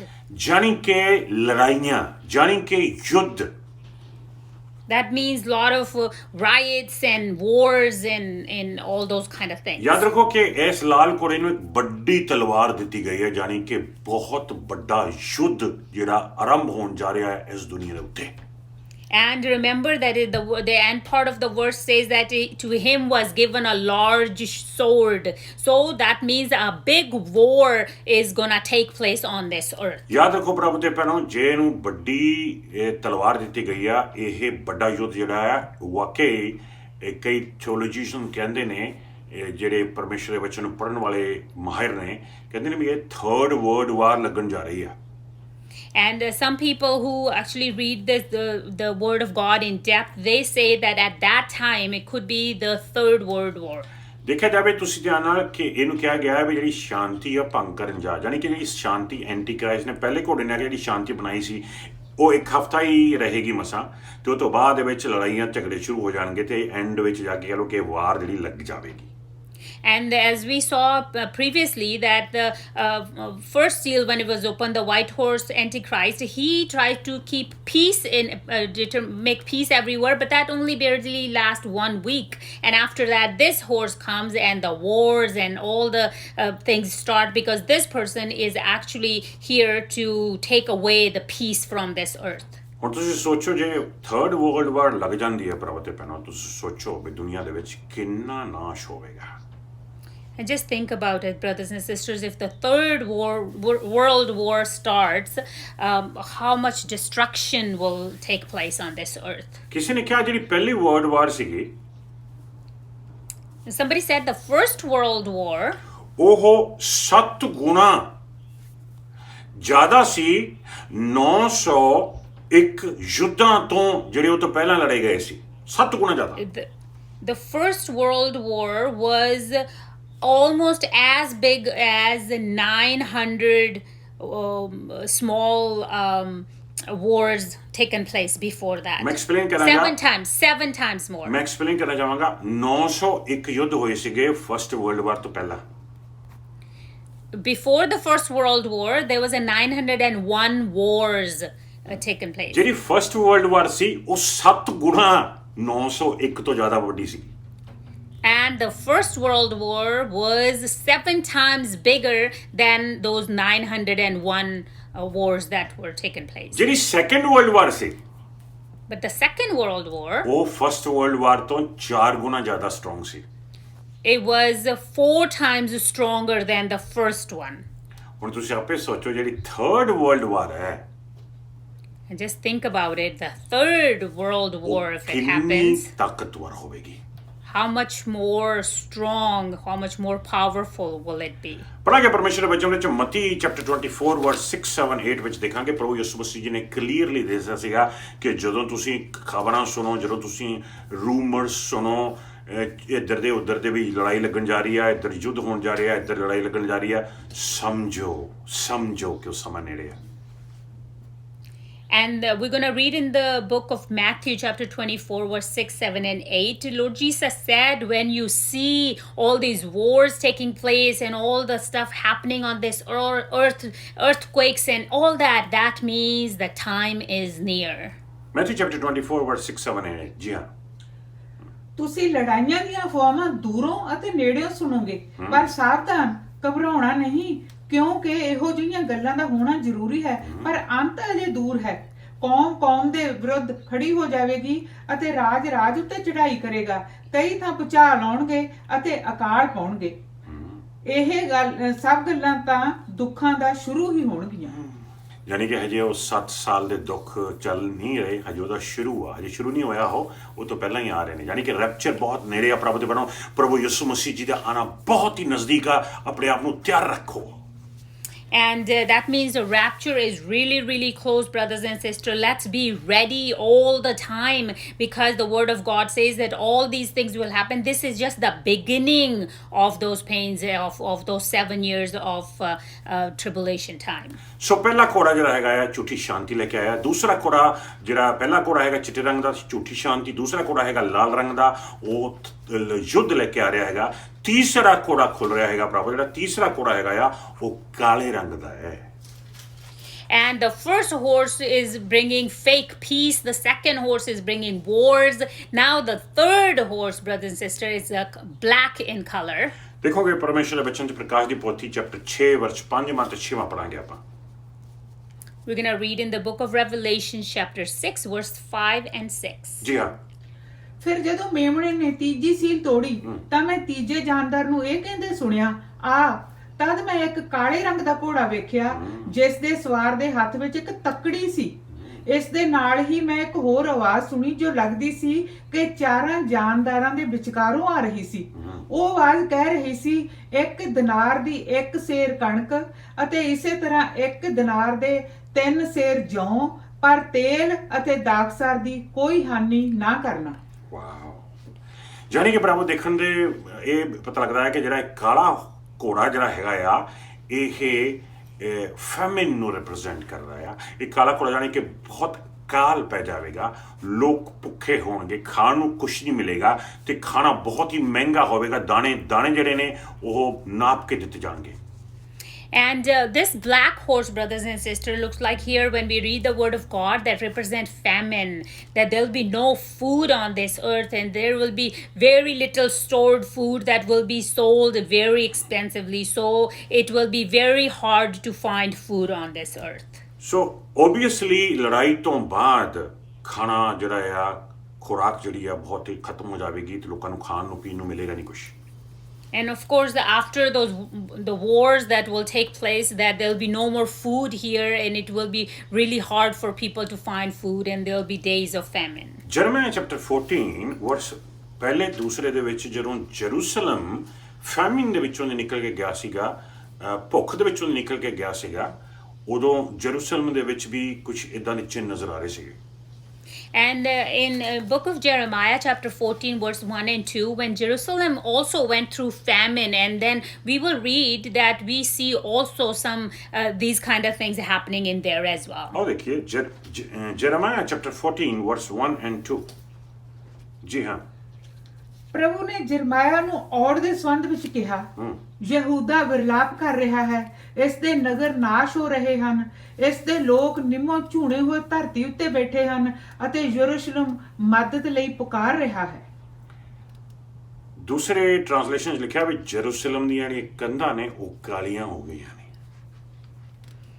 In a different translation, it says that the walls of Jerusalem has gone black. ਯਾਨੀ ਕਿ ਇਹ ਕਾਲਾ ਰੰਗ ਜਿਹੜਾ ਹੈਗਾ ਆ ਉਹ ਰਿਪਰੈਜ਼ੈਂਟ ਕਰਦਾ ਹੈ, ਜਿੱਦਾਂ ਕਾਲਾ ਘੋੜਾ ਆ ਰਿਪਰੈਜ਼ੈਂਟ ਕਰਦਾ ਫੈਮਿਨ ਨੂੰ, ਜਿੱਥੇ ਖਾਣ ਨੂੰ ਕੁਛ ਨਾ ਮਿਲੇ, ਪੀਣ ਨੂੰ ਕੁਛ ਨਾ ਮਿਲੇ, ਲੋਕ ਭੁੱਖੇ ਮਰ ਰਹੇ ਹੋਣ। And just like it's black walls or black horse, it represents famine where there's no food, people are dying of hunger. ਸੋ ਜਾਨੀ ਕਿ ਪ੍ਰਭੂ ਦੇ ਬਣੇ ਜਦੋਂ ਇਹ ਘੋੜਾ ਆਵੇਗਾ, ਇਹ ਦੁਨੀਆ ਦੇ ਵਿੱਚ ਐਸਾ ਅੱਜ ਹੀ ਇਹ ਦੁਨੀਆ ਦੇ ਵਿੱਚ ਕਿੰਨੇ ਲੋਕ ਨੇ, ਕਿੰਨੇ ਬੱਚੇ ਨੇ ਜਿਹੜੇ ਭੁੱਖੇ ਨੇ, ਉਹਨਾਂ ਨੂੰ ਖਾਣ ਕੁਛ ਨਹੀਂ ਮਿਲਦਾ, ਉਹਨਾਂ ਨੂੰ ਪੀਣ ਨੂੰ ਕੁਛ ਨਹੀਂ ਮਿਲਦਾ ਤੇ ਭੁੱਖ ਦੇ ਨਾਲ ਮਰ ਰਹੇ ਨੇ। ਅੱਜ ਹੀ ਤੁਸੀਂ ਆਪੇ ਸੋਚੋ ਉਦੋਂ ਕੀ ਹਾਲ ਹੋਵੇਗਾ। And even today, when we look around, there are places that the people are dying of hunger. Sometimes there's no food for little children, there's no food. And just imagine when that day comes, it will be a disaster. ਲੈਮੈਂਟੇਸ਼ਨ ਦੀ ਕਿਤਾਬ ਦੇ ਵਿੱਚ ਉਹਦੇ 5ਵੇਂ chapter ਦੇ 10ਵੇਂ ਵਰਸ ਦੇ ਵਿੱਚ ਦੇਖਾਂਗੇ, ਜਿੱਥੇ ਬਿਆਨ ਕੀਤਾ ਗਿਆ ਆ ਕਿ ਉਹਦੀ ਚਮੜੀ ਦਾ ਜਿਹੜਾ ਰੰਗ ਸੀਗਾ ਉਹ ਕਾਲਾ ਹੋ ਗਿਆ ਸੀਗਾ ਭੁੱਖ ਦੇ ਕਰਕੇ। And we will see in the book of Lamentations, chapter 5, verse 10, that it talks about that he was so hungry that the skin turned black because of hunger. Lamentation chapter 5, verse 10 ਪੜਾਂਗੇ। ਜੀ ਹਾਂ, ਵਿਰਲਾਪ ਦੀ ਕਿਤਾਬ ਅਧਿਆਇ 5 ਆਇਤ 10, ਭੁੱਖ ਨੇ ਸਾਨੂੰ ਇੰਨਾ ਤਾਪ ਚੜਾਇਆ ਹੈ ਕਿ ਸਾਡੇ ਸਰੀਰ ਤੰਦੂਰ ਵਾਂਗੂ ਤਪ ਰਹੇ ਹਨ। ਵਾਹ, ਹੁਣ ਜੇ ਸਰੀਰ ਤੰਦੂਰ ਵਾਂਗੂ ਤਪਦੇ ਨੇ ਤੇ ਪ੍ਰਭੂ ਦੇ ਪਹਿਲਾਂ ਉਹਦਾ ਰੰਗ ਜਿਹੜਾ ਆ ਕਾਲਾ ਹੋ ਜਾਂਦਾ ਹੈ। And they're so hungry, they're burning like an oven, just like the skin is getting all black because of hunger. Mati chapter 24 ਦੇ ਵਿੱਚ ਤੇ ਵਰਸ 7 ਵਿੱਚ ਪ੍ਰਭੂ ਯਿਸੂ ਮਸੀਹ ਨੇ ਭਵਿੱਖਬਾਣੀ ਕੀਤੀ ਸੀ ਜਾਂ ਆਖਿਆ ਸੀਗਾ ਕਿ ਜਦੋਂ ਅੰਤ ਆਣ ਜਾਵੇਗਾ ਉਹ ਤੋਂ ਪਹਿਲਾਂ ਇਦਾਂ ਦੀ ਭੁੱਖ ਜਿਹੜੀ ਆ ਦੁਨੀਆ ਤੇ ਆਵੇਗੀ। ਉਹ ਇੱਕ ਚਿੰਨ੍ਹ ਹੋਵੇਗਾ ਕਿ ਪ੍ਰਭੂ ਯਿਸੂ ਦਾ ਆਣਾ ਨੇੜੇ ਹੋਵੇਗਾ, ਜਾਣੀ ਕਿ ਰੈਪਚਰ ਬਹੁਤ ਕਰੀਬ ਆ। And we will see in the book of Matthew chapter 24 verse 7 that Lord Jesus said that those will be the signs when all these things will happen, including famine. That means that Lord Jesus is coming quickly on this earth. ਸੋ ਆਓ ਦੇਖੀਏ ਮਤੀ 24:7। ਜੀ ਹਾਂ, ਜਿਹਦੇ ਵਿੱਚ ਆਪਾਂ ਨੂੰ ਨਜ਼ਰ ਆਵੇਗਾ ਕਿ ਇਹ ਪਰਮੇਸ਼ਰ ਦੇ ਕਹੇ ਹੋਏ ਬੋਲ ਜਿਹੜੇ ਨੇ ਪੂਰੇ ਹੋ ਰਹੇ ਨੇ। So when we read this verse, we see that those things that Lord Jesus said, those words, those things are taking place now in these days. ਜੀ ਪੜ੍ਹੀਏ ਮੈਥਿਊ 24:7। ਜੀ ਹਾਂ, ਕੌਮ ਦੇ ਵਿਰੁੱਧ ਖੜੀ ਹੋ ਜਾਵੇਗੀ ਅਤੇ ਰਾਜ ਉੱਤੇ ਚੜ੍ਹਾਈ ਕਰੇਗਾ, ਕਈ ਥਾਂ ਭੁਚਾਲ ਆਉਣਗੇ ਅਤੇ ਅਕਾਲ ਪੈਣਗੇ। ਅਕਾਲ ਪੈਣਗੇ, ਫੈਮਿਨ, ਅਕਾਲ ਪੈਣਗੇ। And there will be famines and earthquakes in various places. It says that there will be famines at the time, in the end times. ਆਪਾਂ ਕਈ ਵਾਰ ਸੋਚ ਨਹੀਂ ਸਕਦੇ ਵੀ ਲੈ ਹੁਣ ਇਹਨਾਂ ਦਿਨਾਂ 'ਚ ਵੀ ਅਕਾਲ ਪੈਣਗੇ। ਆਪਾਂ ਕਦੇ ਸੋਚਿਆ ਸੀਗਾ ਵੀ ਐਸੀ ਕੋਈ ਵਾਇਰਸ ਆਏਗੀ ਦੁਨੀਆ ਤੇ ਜਿਹੜੀ ਸਾਰੀ ਦੁਨੀਆ ਤੇ ਫੈਲ ਜਾਵੇਗੀ ਇਹਨਾਂ ਦਿਨਾਂ ਦੇ ਵਿੱਚ। And sometimes we don't comprehend, we don't understand that. We say that's not possible, like the whole world will go through famine. But we never thought of this kind of virus that we are in right now. We never thought that these days will come in our lifetime. So Prakash the 6ਵੀਂ chapter ਦੇ ਵਿੱਚ ਉਹਦੇ 7ਵੇਂ ਤੇ 8ਵੇਂ ਵਰਸ ਦੇ ਵਿੱਚ ਆਪਾਂ ਨੂੰ ਅਗਲਾ ਘੋੜਾ ਜਿਹੜਾ ਹੈਗਾ ਨਜ਼ਰ ਆਉਂਦਾ ਆ ਤੇ ਇਹ ਹੈਗਾ ਚੌਥਾ ਘੋੜਾ ਪ੍ਰਭੂ ਤੇ ਪੈਣਾ। And then we continue in the book of Revelation and we see the fourth horse coming now. ਸੋ ਪਹਿਲਾ ਘੋੜਾ ਚਿੱਟੇ ਰੰਗ ਦਾ ਸੀਗਾ, ਝੂਠੀ ਸ਼ਾਂਤੀ ਲੈ ਕੇ ਆਇਆ ਸੀਗਾ। ਦੂਸਰਾ ਘੋੜਾ ਲਾਲ ਰੰਗ ਦਾ ਸੀਗਾ ਜਿਹੜਾ ਯੁੱਧ ਲੈ ਕੇ ਆਇਆ। ਤੀਸਰਾ ਘੋੜਾ ਕਾਲੇ ਰੰਗ ਦਾ ਸੀਗਾ ਜਿਹੜਾ ਫੈਮਿਨ ਲੈ ਕੇ ਆਇਆ, ਇਸ ਦੁਨੀਆ ਤੇ ਭੁੱਖ ਲੈ ਕੇ ਆਇਆ। ਤੇ ਚੌਥਾ ਘੋੜਾ ਜਿਹੜਾ ਪੇਲ ਕਲਰ ਦਾ ਆ ਪ੍ਰਭੂ ਦੇ ਪੈਰੋਂ। ਤੋ ਪੇਲ ਕਲਰ ਜਿਹੜਾ ਹੈਗਾ ਆ ਉਹ ਮੌਤ ਨੂੰ ਰਿਪਰੈਜ਼ੈਂਟ ਕਰਦਾ ਹੈ। And now we see the first white horse was brought fake peace on this earth. Second horse was a red horse that brought wars. The third one was black horse that brought famine. And this fourth horse, brothers and sisters, is a pale color horse that represents death. जी हाँ, पढ़ांगे प्रकाश की पोथी 6 verse 7 and 8। जी हाँ। ਫਿਰ ਜਦੋਂ ਮੇਮਣੇ ਨੇ ਚੌਥੀ ਸੀਲ ਤੋੜੀ ਤਾਂ ਮੈਂ ਚੌਥੇ ਜਾਨਵਰ ਨੂੰ ਇਹ ਕਹਿੰਦੇ ਸੁਣਿਆ, ਆ ਤਦ ਮੈਂ ਇੱਕ ਪੀਲੇ ਰੰਗ ਦਾ ਘੋੜਾ ਵੇਖਿਆ ਜਿਸ ਦੇ ਸਵਾਰ ਦਾ ਨਾਮ ਮੌਤ ਸੀ, ਜਿਸ ਦੇ ਪਿੱਛੇ ਜਮਲੋਕ ਚੱਲਿਆ ਆ ਰਿਹਾ ਸੀ। ਉਸ ਨੂੰ ਧਰਤੀ ਦੇ ਪ੍ਰਾਣੀਆਂ ਦੇ ਚੌਥੇ ਹਿੱਸੇ ਤੇ ਵੀ ਅਧਿਕਾਰ ਦਿੱਤਾ ਗਿਆ ਕਿ ਉਹ ਉਹਨਾਂ ਨੂੰ ਤਲਵਾਰ, ਅਕਾਲ, ਮਰੀਆਂ ਅਤੇ ਜੰਗਲੀ ਜਾਨਵਰਾਂ ਦੁਆਰਾ ਮਰਵਾ ਦੇਵੇ। ਵਾਓ, ਜਾਨੀ ਕਿ ਪ੍ਰਭੂ ਦੇ ਪੈਰੋਂ ਜਦੋਂ ਇਹ ਚੌਥਾ ਘੋੜਾ ਆ ਰਿਹਾ, ਇਹਦਾ ਮਤਲਬ ਆ ਨਹੀਂਗਾ ਵੀ ਤੀਸਰੇ ਘੋੜੇ ਨੇ ਆਪਣਾ ਕੰਮ ਖਤਮ ਕਰਤਾ ਜਾਂ ਦੂਸਰੇ ਘੋੜੇ ਨੇ ਆਪਣਾ ਕੰਮ ਖਤਮ ਕਰਤਾ ਜਾਂ ਪਹਿਲੇ ਘੋੜੇ ਨੇ ਆਪਣਾ ਕੰਮ ਖਤਮ ਕਰਤਾ। ਨਹੀਂ, ਪਹਿਲੇ ਘੋੜੇ ਦਾ ਕੰਮ ਸ਼ੁਰੂ ਹੋਇਆ, ਚੱਲੀ ਜਾ ਰਿਹਾ ਆ। ਵਿੱਚ ਦੂਸਰਾ ਘੋੜਾ ਆ ਗਿਆ, ਚੱਲੀ ਜਾ ਰਿਹਾ ਆ। ਤੀਸਰਾ ਘੋੜਾ ਆ ਗਿਆ, ਚੱਲੀ ਜਾ ਰਿਹਾ ਆ। ਹੁਣ ਆ ਚੌਥਾ ਘੋੜਾ ਆ ਗਿਆ ਤੇ ਲਿਖਿਆ ਵੀ ਚੌਥਾ ਘੋੜਾ ਜਿਹੜਾ ਆ ਉਹ ਜਦੋਂ ਆਵੇਗਾ ਉਹ ਸਾਰਾ ਕੁਝ ਮਿਲਾ ਕੇ ਮੌਤ ਜਿਹੜੀ ਆ ਘੋੜੇ ਤੇ ਬੈਠ ਕੇ ਆ ਰਹੀ ਆ ਤੇ ਮਗਰ ਮੌਤ ਦੇ ਮਗਰ ਜਿਹੜਾ ਨਰਕ ਤੁਰਿਆ ਆ ਰਿਹਾ, ਜਮਦੂਤ ਤੁਰਿਆ ਆ ਰਹੇ ਨੇ।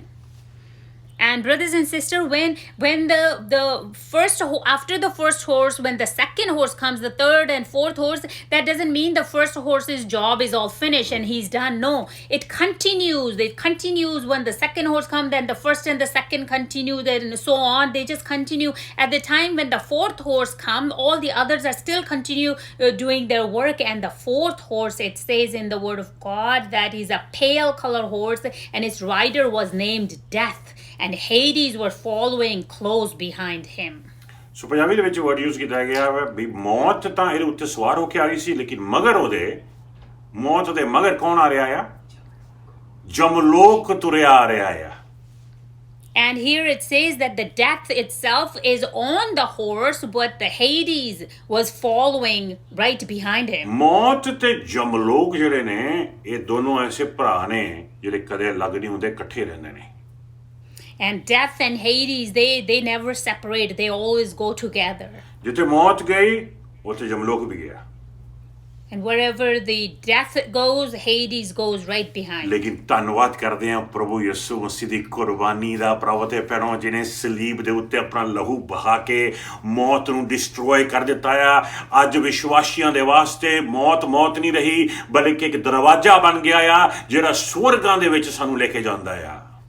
And we want to give thanks to the Lord for his sacrifice, his blood that he shed for us, for the believers. The death is not death now. It has become a doorway to heavens, to the presence of the Lord right there. ਤੇ ਉਸ ਸੱਚੇ ਪਰਮਾਤਮਾ ਨੂੰ ਸਾਰੀ ਮਹਿਮਾ, ਸਾਰਾ ਜਲਾਲ, ਸਾਰੀ ਇੱਜ਼ਤ, ਸਾਰਾ ਮਾਣ ਉਸ ਦਾ ਹੋਵੇ। ਪ੍ਰਭੂ ਤੇ ਭੈਣੋ, ਇਹ ਮੌਕਾ ਆ ਆਪਣਾ ਦਿਲ ਖੋਲ ਕੇ ਸੱਚੇ ਪਰਮਾਤਮਾ ਪ੍ਰਭੂ ਯਿਸੂ ਮਸੀਹ ਨੂੰ ਪੂਰਾ ਦਿਲ ਦੇਣ ਦਾ, ਕਿਉਂਕਿ ਉਹ ਮੌਤ ਵੀ ਜ਼ਿੰਦਗੀ ਦੇ ਵਿੱਚ ਟ੍ਰਾਂਸਫਰ ਕਰ ਦਿੰਦਾ ਹੈ।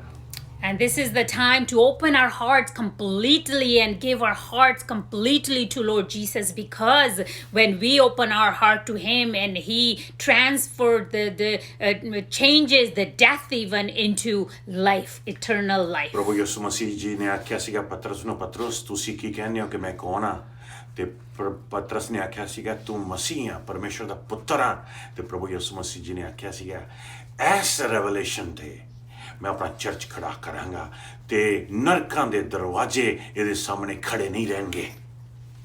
And Lord Jesus asked Peter, Peter, who do you say I am? Then Peter said, you are Messiah, the Son of God. And Lord Jesus said, this on this revelation I will stand my church upon, and the doors of hell will not prevail against it. ਯਾਨੀ ਕਿ ਹਰ ਉਹ ਇਨਸਾਨ ਨੂੰ ਜਿਹਨੂੰ revolution ਮਿਲ ਜਾਏ ਕਿ ਪ੍ਰਭੂ ਯਿਸੂ ਮਸੀਹ ਪਰਮੇਸ਼ਰ ਦੇ ਪੁੱਤਰ ਨੇ ਤੇ ਮੁਕਤੀ ਦਾਤਾ ਨੇ, ਉਹਦੇ ਸਾਹਮਣੇ ਦੂਸਰੀ ਮੌਤ ਯਾਨੀ ਕਿ ਨਰਕ ਜਿਹੜੇ ਨੇ ਉਹ ਖੜੇ ਨਹੀਂ ਰਹਿ ਸਕਦੇ। And in other words, that any person who gets this revelation that Lord Jesus is the Son of God and He's God Himself, then the doors of hell cannot prevail against them. ਪ੍ਰਭੂ ਤੇ ਮੈਨੂੰ ਇਹ ਜਿਹੜਾ ਲਿਖਿਆ ਹੈਗਾ ਆ ਕਿ ਇਹ ਪੇਲ ਹਾਰਸ ਹੈਗਾ ਆ, ਪੰਜਾਬੀ ਦੇ ਵਿੱਚ ਇਹ ਯੈਲੋ ਕਲਰ ਕਿਹਾ ਗਿਆ, ਲੇਕਿਨ ਇੰਗਲਿਸ਼ ਦੇ ਵਿੱਚ ਇਹ ਪੇਲ ਆਖਿਆ ਗਿਆ। ਪੇਲ ਜਿਹੜਾ ਆ ਉਹ ਯੈਲੋ ਤੇ ਗ੍ਰੀਨ ਨੂੰ ਮਿਲਾ ਕੇ ਬਣਦਾ ਆ, ਜਿਸ ਤਰ੍ਹਾਂ ਮੁਰਦੇ ਸਰੀਰ ਦਾ ਰੰਗ ਹੁੰਦਾ ਆ ਉਸ ਤਰ੍ਹਾਂ ਦਾ ਰੰਗ ਦੱਸਿਆ ਗਿਆ ਆ। And as we see, this is a pale horse, and in Punjabi it's actually say yellow horse, but pale is actually a color kind of mix of yellow and green, practically a color of a dead body. ਸੋ ਪ੍ਰਭੂ ਤੋਂ ਪਹਿਲਾਂ ਆਪਾਂ ਨੂੰ ਪਤਾ ਲੱਗਦਾ ਕਿ ਸਭ ਤੋਂ ਪਹਿਲਾਂ ਤਾਂ ਕਹਿ ਲਓ ਕਿ ਲਾਲ ਘੋੜਾ ਆਉਂਦਾ ਆ ਯੁੱਧ ਲੈ ਕੇ, ਤੇ ਉਹ ਤੋਂ ਬਾਅਦ ਕਾਲਾ ਘੋੜਾ ਆਉਂਦਾ ਆ ਮੌਤ ਲੈ ਕੇ, ਤੇ ਉਹ ਤੋਂ ਬਾਅਦ ਪ੍ਰਭੂ ਤੋਂ ਪਹਿਲਾਂ ਯੁੱਧ ਆਉਂਦਾ ਆ, ਫਿਰ ਮੌਤ ਆਉਂਦੀ ਆ, ਤੇ ਉਹ ਤੋਂ ਬਾਅਦ ਪ੍ਰਭੂ ਤੋਂ ਪਹਿਲਾਂ ਕਹਿ ਲਓ ਕਿ ਭੁੱਖ ਆਉਂਦੀ ਆ ਇਸ ਦੁਨੀਆ ਤੇ ਫਿਰ ਕਹਿ ਲਓ ਕਿ ਮੌਤ ਆ ਰਹੀ ਹੈ ਇਸ ਦੁਨੀਆ ਤੇ। ਲੇਕਿਨ ਇਹ ਜਿਹੜਾ ਪੇਲ ਘੋੜਾ ਹੈਗਾ ਆ, ਇਹ ਇੱਕ ਖਾਸ ਘੋੜਾ ਹੋਏਗਾ ਜਿਹੜਾ ਬਹੁਤ ਹੀ ਜ਼ਿਆਦਾ ਸ਼ਕਤੀ ਲੈ ਕੇ ਆਏਗਾ ਲੋਕਾਂ ਨੂੰ ਡਿਸਟਰੋਏ ਕਰਨ ਦੇ ਵਾਸਤੇ। ਵਚਨ ਕਹਿੰਦਾ ਚੌਥਾ ਹਿੱਸਾ ਦੁਨੀਆ ਦਾ ਮਾਰਿਆ ਜਾਵੇਗਾ।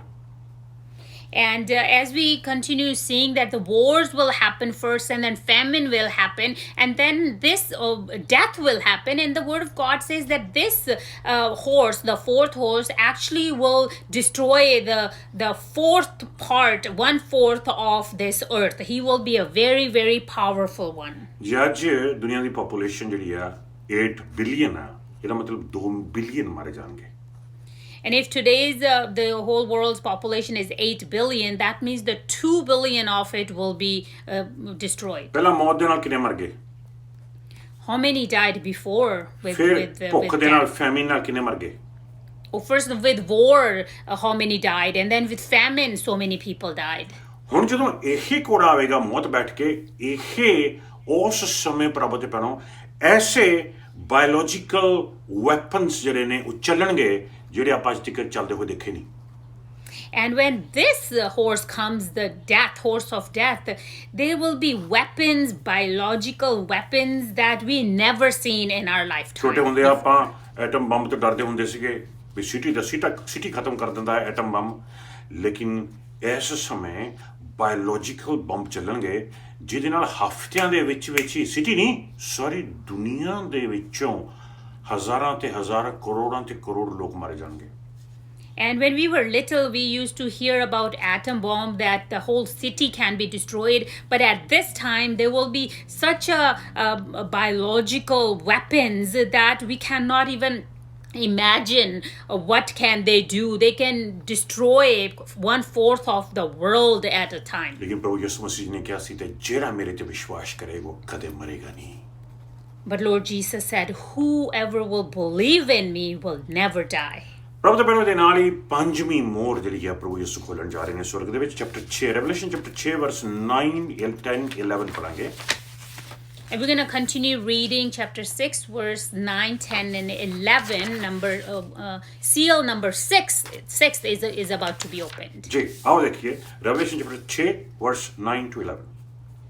ਫਿਰ ਜਦੋਂ ਮੇਮਣੇ ਨੇ ਪੰਜਵੀਂ ਸੀਲ ਤੋੜੀ ਤਾਂ ਮੈਂ ਬੇਦੀ ਦੇ ਹੇਠ ਉਹਨਾਂ ਸਭ ਮਨੁੱਖਾਂ ਦੀਆਂ ਆਤਮਾਵਾਂ ਵੇਖੀਆਂ ਜੋ ਪਰਮੇਸ਼ਰ ਦੇ ਸੰਦੇਸ਼ ਅਤੇ ਆਪਣੀ ਦਿੱਤੀ ਗਵਾਹੀ ਦੇ ਕਾਰਨ ਕਤਲ ਕੀਤੇ ਗਏ ਸਨ। ਉਸ ਸਮੇਂ ਉਹ ਉੱਚੀ ਆਵਾਜ਼ ਨਾਲ ਬੋਲੇ, ਮਾਲਕ ਤੂੰ ਪਵਿੱਤਰ ਅਤੇ ਸੱਚਾ ਹੈ। ਤੂੰ ਹੋਰ ਕਿੰਨਾ ਚਿਰ ਸਾਡਾ ਨਿਆਂ ਕਰਨ ਵਿੱਚ ਲਾਵੇਂਗਾ ਅਤੇ ਸਾਡੀ ਮੌਤ ਦਾ ਬਦਲਾ ਧਰਤੀ ਨਿਵਾਸੀਆਂ ਤੋਂ ਲਵੇਂਗਾ। ਉਹਨਾਂ ਵਿੱਚੋਂ ਹਰ ਇੱਕ ਨੂੰ ਇੱਕ ਚਿੱਟਾ ਪਹਿਰਾਵਾ ਦਿੱਤਾ ਗਿਆ।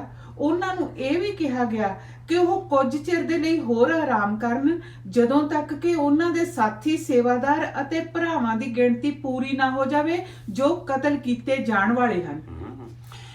ਇਹ ਆਤਮਾਵਾਂ ਨੇ ਉਹਨਾਂ ਵਿਸ਼ਵਾਸੀਆਂ ਦੀਆਂ ਜਿਹੜੀਆਂ ਧਰਤੀ ਤੇ 7 ਸਾਲਾਂ 'ਚ ਬਚਾਈਆਂ ਜਾਣਗੀਆਂ। And these are the souls of those believers who will be saved in the seven years of tribulation time on this earth. Church ਤਾਂ ਸੁਰਗ ਦੇ ਵਿੱਚ ਬੈਠਾ ਆ।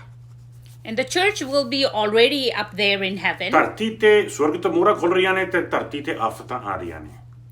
And the seals are being opened up there in heaven, and destructions and stuff is happening here down on this earth. Anti Christ ਜਿਹੜਾ ਆ ਇੱਕ ਐਸੀ ਮੋਹਰ ਦੁਨੀਆ ਤੇ ਲਾ ਦੇਵੇਗਾ ਕਿ ਸਾਰੇ ਲੋਕਾਂ ਨੇ ਆਪਣੇ ਮੱਥੇ ਤੇ ਆਪਣੇ ਹੱਥਾਂ ਤੇ ਉਹਨੂੰ ਲਵਾਉਣਾ ਆ, ਜਿਹਦਾ ਨੰਬਰ ਆ 666। And the Antichrist will bring up this new seal that everyone on this earth will have to put that seal either on their forehead or on their hands. ਜੀ ਤੋਂ ਬਿਨਾ ਤੁਹਾਨੂੰ ਕੁਝ ਖਾਣ ਨੂੰ ਨਹੀਂ ਮਿਲੇਗਾ, ਤੁਹਾਨੂੰ ਕੁਝ ਪੀਣ ਨੂੰ ਨਹੀਂ ਮਿਲੇਗਾ। Without that seal, you cannot go out there, buy food or drinks or nothing at all. ਉਹਦਾ ਤਰੀਕਾ ਹੋਵੇਗਾ ਇਸ ਤਰ੍ਹਾਂ ਦੁਨੀਆ ਦੇ ਵਿੱਚੋਂ ਕ੍ਰਾਈਮ ਖਤਮ ਕਰਨ ਦਾ, ਦੁਨੀਆ ਦੇ ਵਿੱਚੋਂ ਡਰੱਗਸ ਖਤਮ ਕਰਨ ਦਾ, ਦੁਨੀਆ ਦੇ ਵਿੱਚੋਂ ਸ਼ਰਾਬ ਖਤਮ ਕਰਨ ਦੀ, ਗਲਤ ਕੰਮ ਖਤਮ ਕਰਨ ਦੇ। This will be supposedly his plan to destroy all the stealing or all the drugs or alcohol, all the things that they're destroying people. That will be his way of finishing all that. ਲੋਕ ਅੱਜ ਪੈਸੇ ਚੋਰੀ ਕਰਕੇ ਕਿਸੇ ਦੇ ਜੇਬ ਦੇ ਵਿੱਚੋਂ ਕੱਢ ਕੇ ਜਾ ਕੇ ਬਾਹਰ ਸ਼ਰਾਬ ਲਿਆਉਂਦੇ ਨੇ ਜਾਂ ਜਾ ਕੇ ਡਰੱਗਸ ਲਿਆਉਂਦੇ ਨੇ, ਜਾਂ ਡਰੱਗਸ ਦਾ ਵਪਾਰ ਹੁੰਦਾ ਆ ਤੇ ਉਹ ਕਾਲਾ ਪੈਸਾ ਜਿਹੜਾ ਆ ਉਹ ਦਿੰਦੇ ਨੇ ਤੇ ਲੁੱਟਿਆ ਹੋਇਆ ਮਾਲ ਲੈਂਦੇ ਨੇ, ਦਿੰਦੇ ਨੇ। ਹੁਣ ਸੋਚੋ ਜੇ ਕੈਸ਼ ਹੀ ਖਤਮ ਹੋ ਗਿਆ ਤਾਂ ਚੋਰੀ ਕੀ ਨਹੀਂ ਕਰਨੀ ਹੈ। ਜੇ ਕੈਸ਼ ਹੀ ਖਤਮ ਹੋ ਗਿਆ ਤੇ ਠੇਕੇ ਬੰਦ ਹੋ ਜਾਣੇ ਨੇ, ਡਰੱਗਾਂ ਨਹੀਂ ਚੱਲਣੀਆਂ, ਸੋ ਕ੍ਰਾਈਮ ਖਤਮ ਹੋ ਜਾਵੇਗਾ। And now people steal money and they go use that black money in different ways and buy drugs and stuff. But eventually, if he finishes the cash, the money, the cash itself, then there will be no way of using black money. So, of course, things will get better in that way. So, ਇਹ ਸਿਰਫ ਤੁਹਾਡੇ ਉੱਤੇ ਜਿਹੜੀ ਮੋਹਰ ਲੱਗੀ ਹੋਵੇਗੀ, ਤੁਹਾਡੇ ਤੇ ਜਿਹੜਾ ਕਾਰਡ ਵਿੱਚ ਇੰਸਟਾਲ ਹੋਵੇਗਾ ਤੁਹਾਡੇ ਮੱਥੇ ਤੇ ਜਾਂ ਤੁਹਾਡੇ ਹੱਥ ਵਿੱਚ, ਉਹਨੂੰ ਲਾ ਕੇ ਤੁਹਾਨੂੰ ਪਤਾ ਲੱਗ ਜਾਏਗਾ ਤੁਹਾਨੂੰ ਕਿੰਨਾ ਕ੍ਰੈਡਿਟ ਆ। ਜਿੱਥੇ ਵੀ ਤੁਸੀਂ ਜਾਓਗੇ, ਹੱਥ ਮਾਰਿਆ ਜਾਂ ਸਿਰ ਮਾਰਿਆ, ਪਤਾ ਲੱਗ ਜਾਏਗਾ ਤੁਹਾਡੇ ਕੋਲ ਇੰਨਾ ਕ੍ਰੈਡਿਟ ਆ, ਲੈ ਵੀ ਜਾਂ ਦੁੱਧ ਲੈ ਲਓ ਜਾਂ ਆਹ ਲੈ ਲਓ। ਲੇਕਿਨ ਆਪਾਂ ਚਰਚ ਇਸ ਵਿੱਚ ਮੌਜੂਦ ਨਹੀਂ ਹੋਵਾਂਗੇ। ਚਰਚ ਪਹਿਲਾਂ ਹੀ ਚੁੱਕਿਆ ਜਾਵੇਗਾ, ਰੈਪਚਰ ਹੋ ਚੁੱਕੇਗੀ, ਆਪਾਂ ਇੱਥੇ ਨਹੀਂ ਹੋਵਾਂਗੇ। And so by this seal or this chip that you will have on the forehead or your hand, you will just scan it and they will know how much credit you have, so you can go out there just scanning it and purchase this thing.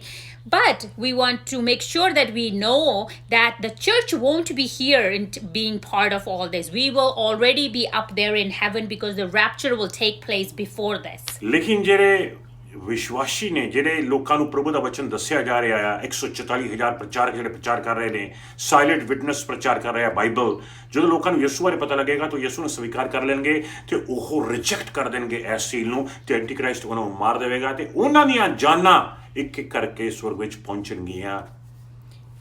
And at that time, but we do remember, as we studied before, the 144,000 will be here preaching, and the silent witness, which is the Bible. All those people will be rejecting this Antichrist's seal, and they will be killed at that time because they will reject this seal. ਉਹ ਉੱਤੇ ਪਹੁੰਚ ਕੇ ਰੱਬ ਨੂੰ ਕਹਿੰਦੇ ਨੇ ਸਾਡਾ ਨਿਆਂ ਕਰ, ਸਾਡਾ ਨਿਆਂ ਕਰ, ਤੇ ਲੋਕਾਂ ਨੂੰ ਜੱਜ ਕਰ ਜਿਨ੍ਹਾਂ ਨੇ ਸਾਨੂੰ ਡਿਸਟਰੋਏ ਕਰਤਾ।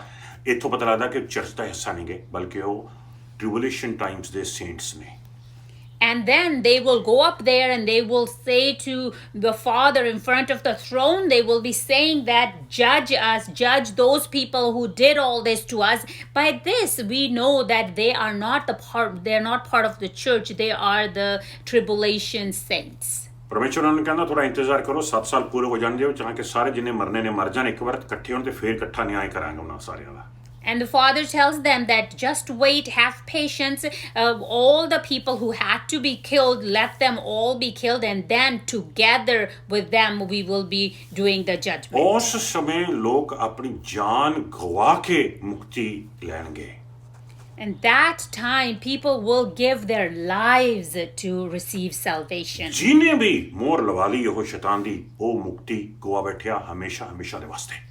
And whoever will receive that chip or that seal on the forehead or hand, they will lose the salvation so forever. ਭਰਾਵਾਂ ਤੇ ਭੈਣੋ, ਇਹ ਤਾਂ ਸੀ ਕਿ 5ਵੀਂ ਮੋਹਰ ਜਿਹੜੀ ਖੋਲੀ ਜਾ ਰਹੀ ਹੈ, ਤੇ ਹੁਣ ਇਹਦੇ ਵਿੱਚ ਇਹ ਤੋਂ ਬਾਅਦ ਆਖਰੀ ਮੋਹਰ ਖੁੱਲੇਗੀ, 6ਵੀਂ ਮੋਹਰ। And this was the 5th seal. Now is the 6th seal, the last seal to be opened. ਮੈਂ ਤਾਂ ਕਹਿ ਰਿਹਾ ਹਾਂ ਆਖਰੀ ਮੋਹਰ ਹੈਗੀ, ਕਿਉਂਕਿ 7ਵੀਂ ਮੋਹਰ ਹੈਗੀ ਆ। 7ਵੀਂ ਮੋਹਰ ਦੇ ਵਿੱਚ ਗਾਂ 7 ਤੁਰੀਆਂ ਨੇ। Because why am I saying this is the last? Because when the 7th one is opened, and then another series of 7 things starts opening, which is the 7 trumpets. ਯਾਨੀ ਕਿ 7ਵੀਂ ਮੋਹਰ ਦੇ ਵਿੱਚ ਇੱਕ ਨਵਾਂ ਚੈਪਟਰ ਹੈਗਾ ਆ, ਜਿਹਦੇ ਵਿੱਚ 7 ਟਰੰਪਟ, 7 ਤੁਰੀਆਂ ਖੁੱਲਣਗੀਆਂ। And that means that the 7th seal is actual a separate chapter in itself, because the 7 trumpets will be opened in ਤੇ it. ਜਿਹੜਾ 7ਵੀਂ ਮੋਹਰ ਹੈਗੀ ਆ, ਉਹ 3.5 ਸਾਲ ਵਿੱਚ ਖੁੱਲੇਗੀ ਪੂਰੀ ਤਰ੍ਹਾਂ ਦੇ ਨਾਲ। ਲੇਕਿਨ ਇਹਦਾ ਮਤਲਬ ਆ ਨਹੀਂਗਾ ਕਿ ਜਿਹੜੀਆਂ ਪਗਰਾਣੀਆਂ ਮੋਹਰਾਂ ਖੁੱਲੀਆਂ ਨੇ ਉਹਨਾਂ ਦਾ ਕੰਮ ਖਤਮ ਹੋ ਗਿਆ, ਉਹਨਾਂ ਦਾ ਕੰਮ ਵੀ ਚੱਲੇ ਜਾ ਰਿਹਾ ਹੈ। And the second part of the tribulation, 7 years, the 3.5 years will take place to open the 7th seal. But that doesn't mean the other 6 seals that open, that their job is finished. No, that will continue till the end of the 7 years. ਇਹ ਇੱਕ ਬਹੁਤ ਹੀ ਭਿਆਨਕ ਤੇ ਡਰਾਵਨੀ movie ਹੋਵੇਗੀ। And this will be a very dangerous or scary portion of it. ਇਹ ਇੱਕ ਬਹੁਤ ਹੀ ਭਿਆਨਕ ਤੇ ਡਰਾਵਨਾ ਸੁਪਨਾ ਹੋਵੇਗਾ, ਨਾਈਟਮੇਅਰ ਹੋਵੇਗਾ, ਜਿਹੜਾ ਤੁਹਾਨੂੰ ਕਦੇ ਨਹੀਂ ਆਇਆ, ਜੋ ਦੁਨੀਆ ਤੇ ਆਵੇਗਾ। And it will be like a worst of worst nightmare that you never even imagined what will happen on this earth. ਆਓ ਦੇਖੀਏ 6ਵੀਂ ਮੋਹਰ ਖੁੱਲ ਰਹੀ ਹੈਗੀ ਆ। ਪ੍ਰਕਾਸ਼ ਦੀ ਪੋਥੀ ਚੈਪਟਰ 6 ਵਰਸ 12 ਤੋਂ ਲੈ ਕੇ 17 ਤੱਕ ਪੜਾਂਗੇ ਆਪਾਂ। ਜੀ ਹਾਂ। ਫਿਰ ਜਦੋਂ ਮੇਮਣੇ ਨੇ 6ਵੀਂ ਸੀਲ ਤੋੜੀ ਤਾਂ ਮੈਂ ਦੇਖਿਆ ਇੱਕ ਵੱਡਾ ਭੁਚਾਲ ਆਇਆ, ਤਾਂ ਸੂਰਜ ਦਾ ਰੰਗ ਕਾਲੇ ਵਾਲਾਂ ਦੇ ਬਣੇ ਕੰਬਲ ਵਰਗਾ ਹੋ ਗਿਆ, ਅਤੇ ਚੰਨ ਦਾ ਰੰਗ ਲਹੂ ਵਰਗਾ। ਯਾਨੀ ਕਿ ਆਪਾਂ ਕਹਿ ਸਕਦੇ ਹੈਗੇ ਆ ਕਿ ਜਦੋਂ ਇਹ 6ਵੀਂ ਮੋਹਰ ਖੁੱਲੀ ਜਾਵੇਗੀ, ਉਦੋਂ ਨੈਚੁਰਲ ਡਿਜ਼ਾਸਟਰਸ ਇਸ ਦੁਨੀਆ ਤੇ ਆਣਗੇ। ਤਾਰੇ ਟੁੱਟ ਕੇ ਇਸ ਦੁਨੀਆ ਤੇ ਡਿੱਗਣਗੇ, ਸੂਰਜ ਦਾ ਰੰਗ ਬਦਲ ਜਾਵੇਗਾ, ਵੱਡੇ ਵੱਡੇ ਭੁਚਾਲ ਇਸ ਦੁਨੀਆ ਤੇ ਆਣਗੇ। ਯਾਨੀ ਕਿ ਨੈਚੁਰਲ ਡਿਜ਼ਾਸਟਰ ਲੈ ਕੇ ਆ ਰਿਹਾ ਹੈ ਇਹ 6ਵੀਂ ਮੋਹਰ ਜਿਹੜੀ ਹੈ। And then the 6th seal, when it will be opened, the natural disasters will take place on this earth. The sun will turn black, and the great earthquakes will happen on this earth. ਆਓ ਪੂਰਾ ਪੜੀਏ। And let's ਇਸ ਦੇ read it. ਨਾਲ all. ਹੀ ਤਾਰੇ ਆਕਾਸ਼ ਤੋਂ ਧਰਤੀ ਤੇ ਇਸ ਤਰ੍ਹਾਂ ਡਿੱਗ ਪਏ, ਜਿਸ ਤਰ੍ਹਾਂ ਤੇਜ਼ ਹਨੇਰੀ ਆਉਣ ਤੇ ਹੰਜੀਰ ਦੇ ਕੱਚੇ ਫਲ ਡਿੱਗ ਪੈਂਦੇ ਹਨ। ਆਕਾਸ਼ ਵੀ ਪਾਟ ਕੇ 2 ਹਿੱਸਿਆਂ ਵਿੱਚ ਹੋ ਗਿਆ, ਅਤੇ ਇਹ ਗੋਲ ਲਪੇਟੇ ਜਾਣ ਵਾਲੇ ਕਾਗਜ਼ ਦੀ ਤਰ੍ਹਾਂ ਵਲੇਟਿਆ ਗਿਆ। ਹਰ ਪਹਾੜ ਅਤੇ ਟਾਪੂ ਵੀ ਆਪਣੀ ਆਪਣੀ ਥਾਂ ਤੋਂ ਹਿੱਲ ਗਿਆ। ਤੁਸੀਂ ਸੋਚ ਸਕਦੇ ਹੋ, ਪਹਾੜ ਹਿੱਲ ਜਾਣ ਆਪਣੇ ਥਾਂ ਤੋਂ, ਮਾਊਂਟ ਐਵਰੈਸਟ ਹਿੱਲ ਜਾ ਆਪਣੇ ਥਾਂ ਤੋਂ, ਟਾਪੂ ਹਿੱਲ ਜਾਣ ਆਪਣੇ ਥਾਂ ਤੋਂ। ਸੋਚੋ ਤੁਸੀਂ, ਏਦਾਂ ਕਦੇ ਹੋਇਆ ਆ? ਇਸ ਤਰ੍ਹਾਂ ਹੋਵੇਗਾ। Just imagine the reality of it, that the big mountains and the islands will be removed from its place. Like, we never even thought of this happening, but these things will take place at that time. ਤੁਸੀਂ ਆਪੇ ਸੋਚੋ ਵੀ India, ਉੱਥੋਂ India ਦਾ map ਹਿੱਲ ਕੇ ਆ ਕੇ ਆਪਾਂ ਸਵੇਰੇ ਉੱਠੀਏ ਤੇ ਆਪਾਂ ਨਹੀਂ ਜਾਣੀ, ਜਿਹੜੇ ਵੀ ਇੱਥੇ ਆਉਣਗੇ ਲੋਕ ਉੱਠਣਗੇ ਸਵੇਰੇ ਤੇ ਦੇਖਣਗੇ ਵੀ ਲੈ ਵੀ ਇਹ ਵਿਕਟੋਰੀਆ ਆਈਲੈਂਡ ਤਾਂ ਰਿਹਾ ਹੀ ਨਹੀਂਗਾ ਇੱਥੇ ਕੈਨੇਡਾ ਦੇ ਨਾਲ, ਇਹ ਤਾਂ ਇੰਡੀਆ ਆਇਆ ਪਿਆ ਹੈ। ਲੈ ਵੀ ਇੰਡੀਆ ਨੇੜੇ ਆ ਗਿਆ, ਇੰਡੀਆ ਦੇ ਲੋਕ ਛਾਲਾਂ ਮਾਰ ਮਾਰ ਕੇ ਇੱਧਰ ਪਾਸ ਹੋ ਰਹੇ ਨੇ। And there will be times that those times we won't be here at that time, and that the Indians, Mount Everest or the mountains of India have moved completely on this side of the world, and the Victoria Island is not even there, and the Indian people are wake up and they are in Canada somehow. ਪ੍ਰਭੂ ਦੇ ਭੈਣੋ, ਇਹ ਬਹੁਤ ਹੀ ਭਿਆਨਕ ਸਮਾਂ ਹੋਵੇਗਾ। ਅੱਗੇ ਦੇਖਾਂਗੇ। Let's continue reading. ਜੀ ਹਾਂ। ਤਾਂ ਧਰਤੀ ਦੇ ਸਭ ਰਾਜੇ, ਬਲੀ ਮਨੁੱਖ, ਨੇਤਾ, ਅਮੀਰ ਤੇ ਸ਼ਕਤੀਸ਼ਾਲੀ, ਗੱਲ ਕੀ ਹਰ ਗੁਲਾਮ ਤੇ ਆਜ਼ਾਦ ਮਨੁੱਖ ਨੇ ਆਪਣੇ ਆਪ ਨੂੰ ਖੋਹਾਂ ਅਤੇ ਪਹਾੜਾਂ ਦੀਆਂ ਚਟਾਨਾਂ ਹੇਠ ਲੁਕਾ ਲਿਆ। ਫਿਰ ਉਹ ਸਭ ਪਹਾੜਾਂ ਅਤੇ ਚਟਾਨਾਂ ਨੂੰ ਬੋਲੇ, ਸਾਡੇ ਤੇ ਡਿੱਗ ਪਵੋ ਅਤੇ ਸਾਨੂੰ ਉਸ ਦੇ ਸਾਹਮਣੇ ਲੁਕਾ ਲਓ ਜੋ ਤਖਤ ਤੇ ਬੈਠਾ ਹੈ, ਅਤੇ ਮੇਮਣੇ ਦੇ ਕੋਪ ਤੋਂ ਬਚਾ ਲਓ, ਕਿਉਂਕਿ ਉਸ ਦੇ ਕੋਪ ਦਾ ਭਿਅੰਕਰ ਦਿਨ ਆ ਗਿਆ ਹੈ। ਇਸ ਲਈ ਉਸ ਦੇ ਸਾਹਮਣੇ ਕੌਣ ਖੜਾ ਹੋ ਸਕਦਾ ਹੈ? ਵਾਓ। ਉਸ ਸਮੇਂ ਲੋਕਾਂ ਨੂੰ ਹੱਥਾਂ ਪੈਰਾਂ ਦੀਆਂ ਪੈ ਜਾਣਗੀਆਂ ਪ੍ਰਭੂ ਦੇ ਭੈਣੋ, ਤੇ ਉਸ ਸੱਚੇ ਪਰਮਾਤਮਾ ਨੂੰ ਪਹਿਚਾਨਣਗੇ ਉਸ ਸਮੇਂ ਜਾ ਕੇ। ਦੇਖੋ ਤੁਸੀਂ। And that's when the people will go filled with anxiety, and they will be hiding under the rocks and in the caves, and they will be saying that, oh, this is the time, please hide us under you, because right now the wrath of Lamb is upon us. Who will save us from him? ਪ੍ਰਭੂ ਐਸੇ natural ਡਿਜ਼ਾਸਟਰਸ ਆਣਗੇ ਇਸ ਦੁਨੀਆ ਤੇ ਜਦੋਂ ਛੇਵੀਂ ਮੋਹਰ ਖੁੱਲੀ ਜਾਵੇਗੀ ਆਪਾਂ ਨੂੰ ਅੰਦਾਜ਼ਾ ਹੀ ਨਹੀਂਗਾ And the natural disasters that will take place when the sixth seal will be opened, we can't even comprehend, we cannot even imagine it. ਮੈਂ ਪੜ੍ਹ ਰਿਹਾ ਸੀਗਾ ਕਿ 19 ਮਈ 1750 ਦੇ ਵਿੱਚ ਨਿਊਜ਼ੀਲੈਂਡ ਦੇ ਵਿੱਚ ਕੁਝ ਖਾਸ ਹੋਇਆ ਸੀਗਾ And I was kind of reading, and in 19th of May 1750s, something special happened in New Zealand. ਕਹਿੰਦੇ ਉਦਨ ਦਿਨ ਜਿਹੜਾ ਸੀਗਾ ਉਹ ਬਿਲਕੁਲ ਕਾਲੀ ਰਾਤ ਵਾਂਗੂ ਹੋ ਗਿਆ ਸੀਗਾ And they say the day there, it was like complete night. ਹੁਣ ਤੁਸੀਂ ਸੋਚ ਰਹੇ ਹੋਗੇ ਪਾਸਟਰ ਜੀ ਸੋਲਰ ਇਕਲਿਪ ਲੱਗਿਆ ਹੋਵੇਗਾ ਨਹੀਂ ਸੋਲਰ ਇਕਲਿਪ ਨਹੀਂ ਲੱਗਿਆ ਸੀ ਕੁਝ ਹੋਇਆ ਸੀ ਉਹਨਾਂ ਨੂੰ ਅੱਜ ਤੱਕ ਸਮਝ ਨਹੀਂ ਵੀ ਕੀ ਹੋਇਆ ਸੀ And some people may say that probably is the solar eclipse, but no, it wasn't a solar eclipse. They don't even understand what really happened that day. History ਦੱਸਦੀ ਆ ਦਿਨੇ ਸਿਖਰ ਦੁਪਹਿਰੇ ਦਿਨ ਜੇ ਬਦਲ ਕੇ ਰਾਤ ਹੋ ਗਿਆ ਸੀ ਇੱਥੋਂ ਤੱਕ ਕਿ ਤਾਰੇ ਨਜ਼ਰ ਆਉਣ ਲੱਗੇ ਸੀ ਤਾਰੇ ਨਿਕਲੇ ਆਏ ਸੀ ਦਿਨੇ And it was completely dark that people actually could see stars. ਮੁਰਗੇ ਜਿਹੜੇ ਨੇ ਉਹ ਵੀ ਬਾਂਗ ਦੇਣ ਲੱਗੇ ਸੀ ਉੱਠ ਕੇ ਕੁਕੜੂ ਹੁੰਦੀਆਂ ਲੈ ਵੀ ਇਹ ਦਿਨ ਚੜ੍ਹਨ ਲੱਗਿਆ ਹੁਣ And everybody was so confused that is it a night or it's a morning is starting. ਐਸੇ ਡਿਜ਼ਾਸਟਰਸ ਜਿਹੜੇ ਹੈਗੇ ਨੇ ਉਹ ਦੁਨੀਆ ਦੇ ਵਿੱਚ ਆਣਗੇ ਜਿਹਦੇ ਤੋਂ ਪਤਾ ਲੱਗੇਗਾ ਪ੍ਰਭੂ ਯਿਸੂ ਮਸੀਹ ਨੇ ਕਿਹਾ ਸੀਗਾ ਮਤੀ ਚੈਪਟਰ 24 ਵਰਸ 29 ਚ ਪੜਾਂਗੇ ਨਹੀਂ ਆਪਾਂ ਪ੍ਰਭੂ ਨੇ ਕਿਹਾ ਸੀਗਾ ਕਿ ਜਦੋਂ ਤੁਸੀਂ ਇਦਾਂ ਦੇ ਅਰਥਕੁਇਕ ਦੇਖੋ ਜਦੋਂ ਤੁਸੀਂ ਇਸ ਤਰ੍ਹਾਂ ਦੇ ਨੈਚੁਰਲ ਡਿਜ਼ਾਸਟਰਸ ਦੇਖੋ ਇਹਦਾ ਮਤਲਬ ਆ ਅੰਤ ਨਜ਼ਦੀਕ ਹੈ And Lord Jesus said, he warned us, he told us that when you see this sort of natural disasters, that means the end is near. ਪ੍ਰਭੂ ਦੇ ਪੈਨੋਂ ਅੰਤ ਆ ਗਿਆ ਹੈ ਆਓ ਇੱਥੇ ਖਤਮ ਕਰੀਏ ਅੱਜ ਦੇ ਸੁਨੇਹੇ ਨੂੰ And brothers and sisters, now today's message we will finish right here. ਆਓ ਇੱਕ ਦੁਆ ਕਰੀਏ ਪ੍ਰਭੂ ਦੇ ਅੱਗੇ Let's all pray together. ਇਹ ਤੋਂ ਬਾਅਦ ਪ੍ਰਭੂ ਦੇ ਪੈਨੋਂ ਆਪਣੀ ਜਿਹੜੀ ਸੱਤਵੀਂ ਮੋਹਰ ਹੈਗੀ ਆ ਉਹ ਆਪਾਂ ਅੱਗੇ ਜਾ ਕੇ ਖੋਲਾਂਗੇ ਜਿਹਦੇ ਵਿੱਚ 7 ਤੁਰੀਆਂ ਦੇ ਬਾਰੇ ਦੇਖਾਂਗੇ And after this, brothers and sisters, the 7th seal will be opened when we will see about 7 trumpets in there. ਆਓ ਦੁਆ ਕਰੀਏ Let's pray. ਪਰਮੇਸ਼ਰ ਪਿਤਾ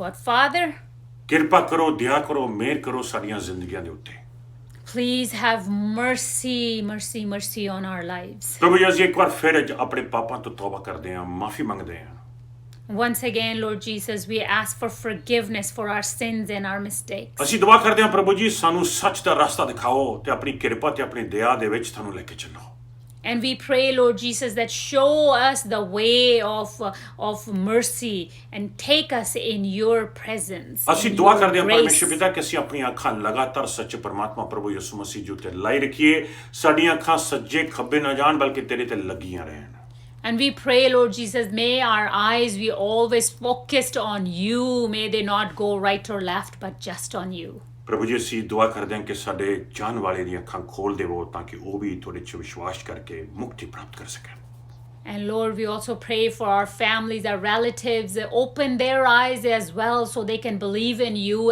and receive salvation.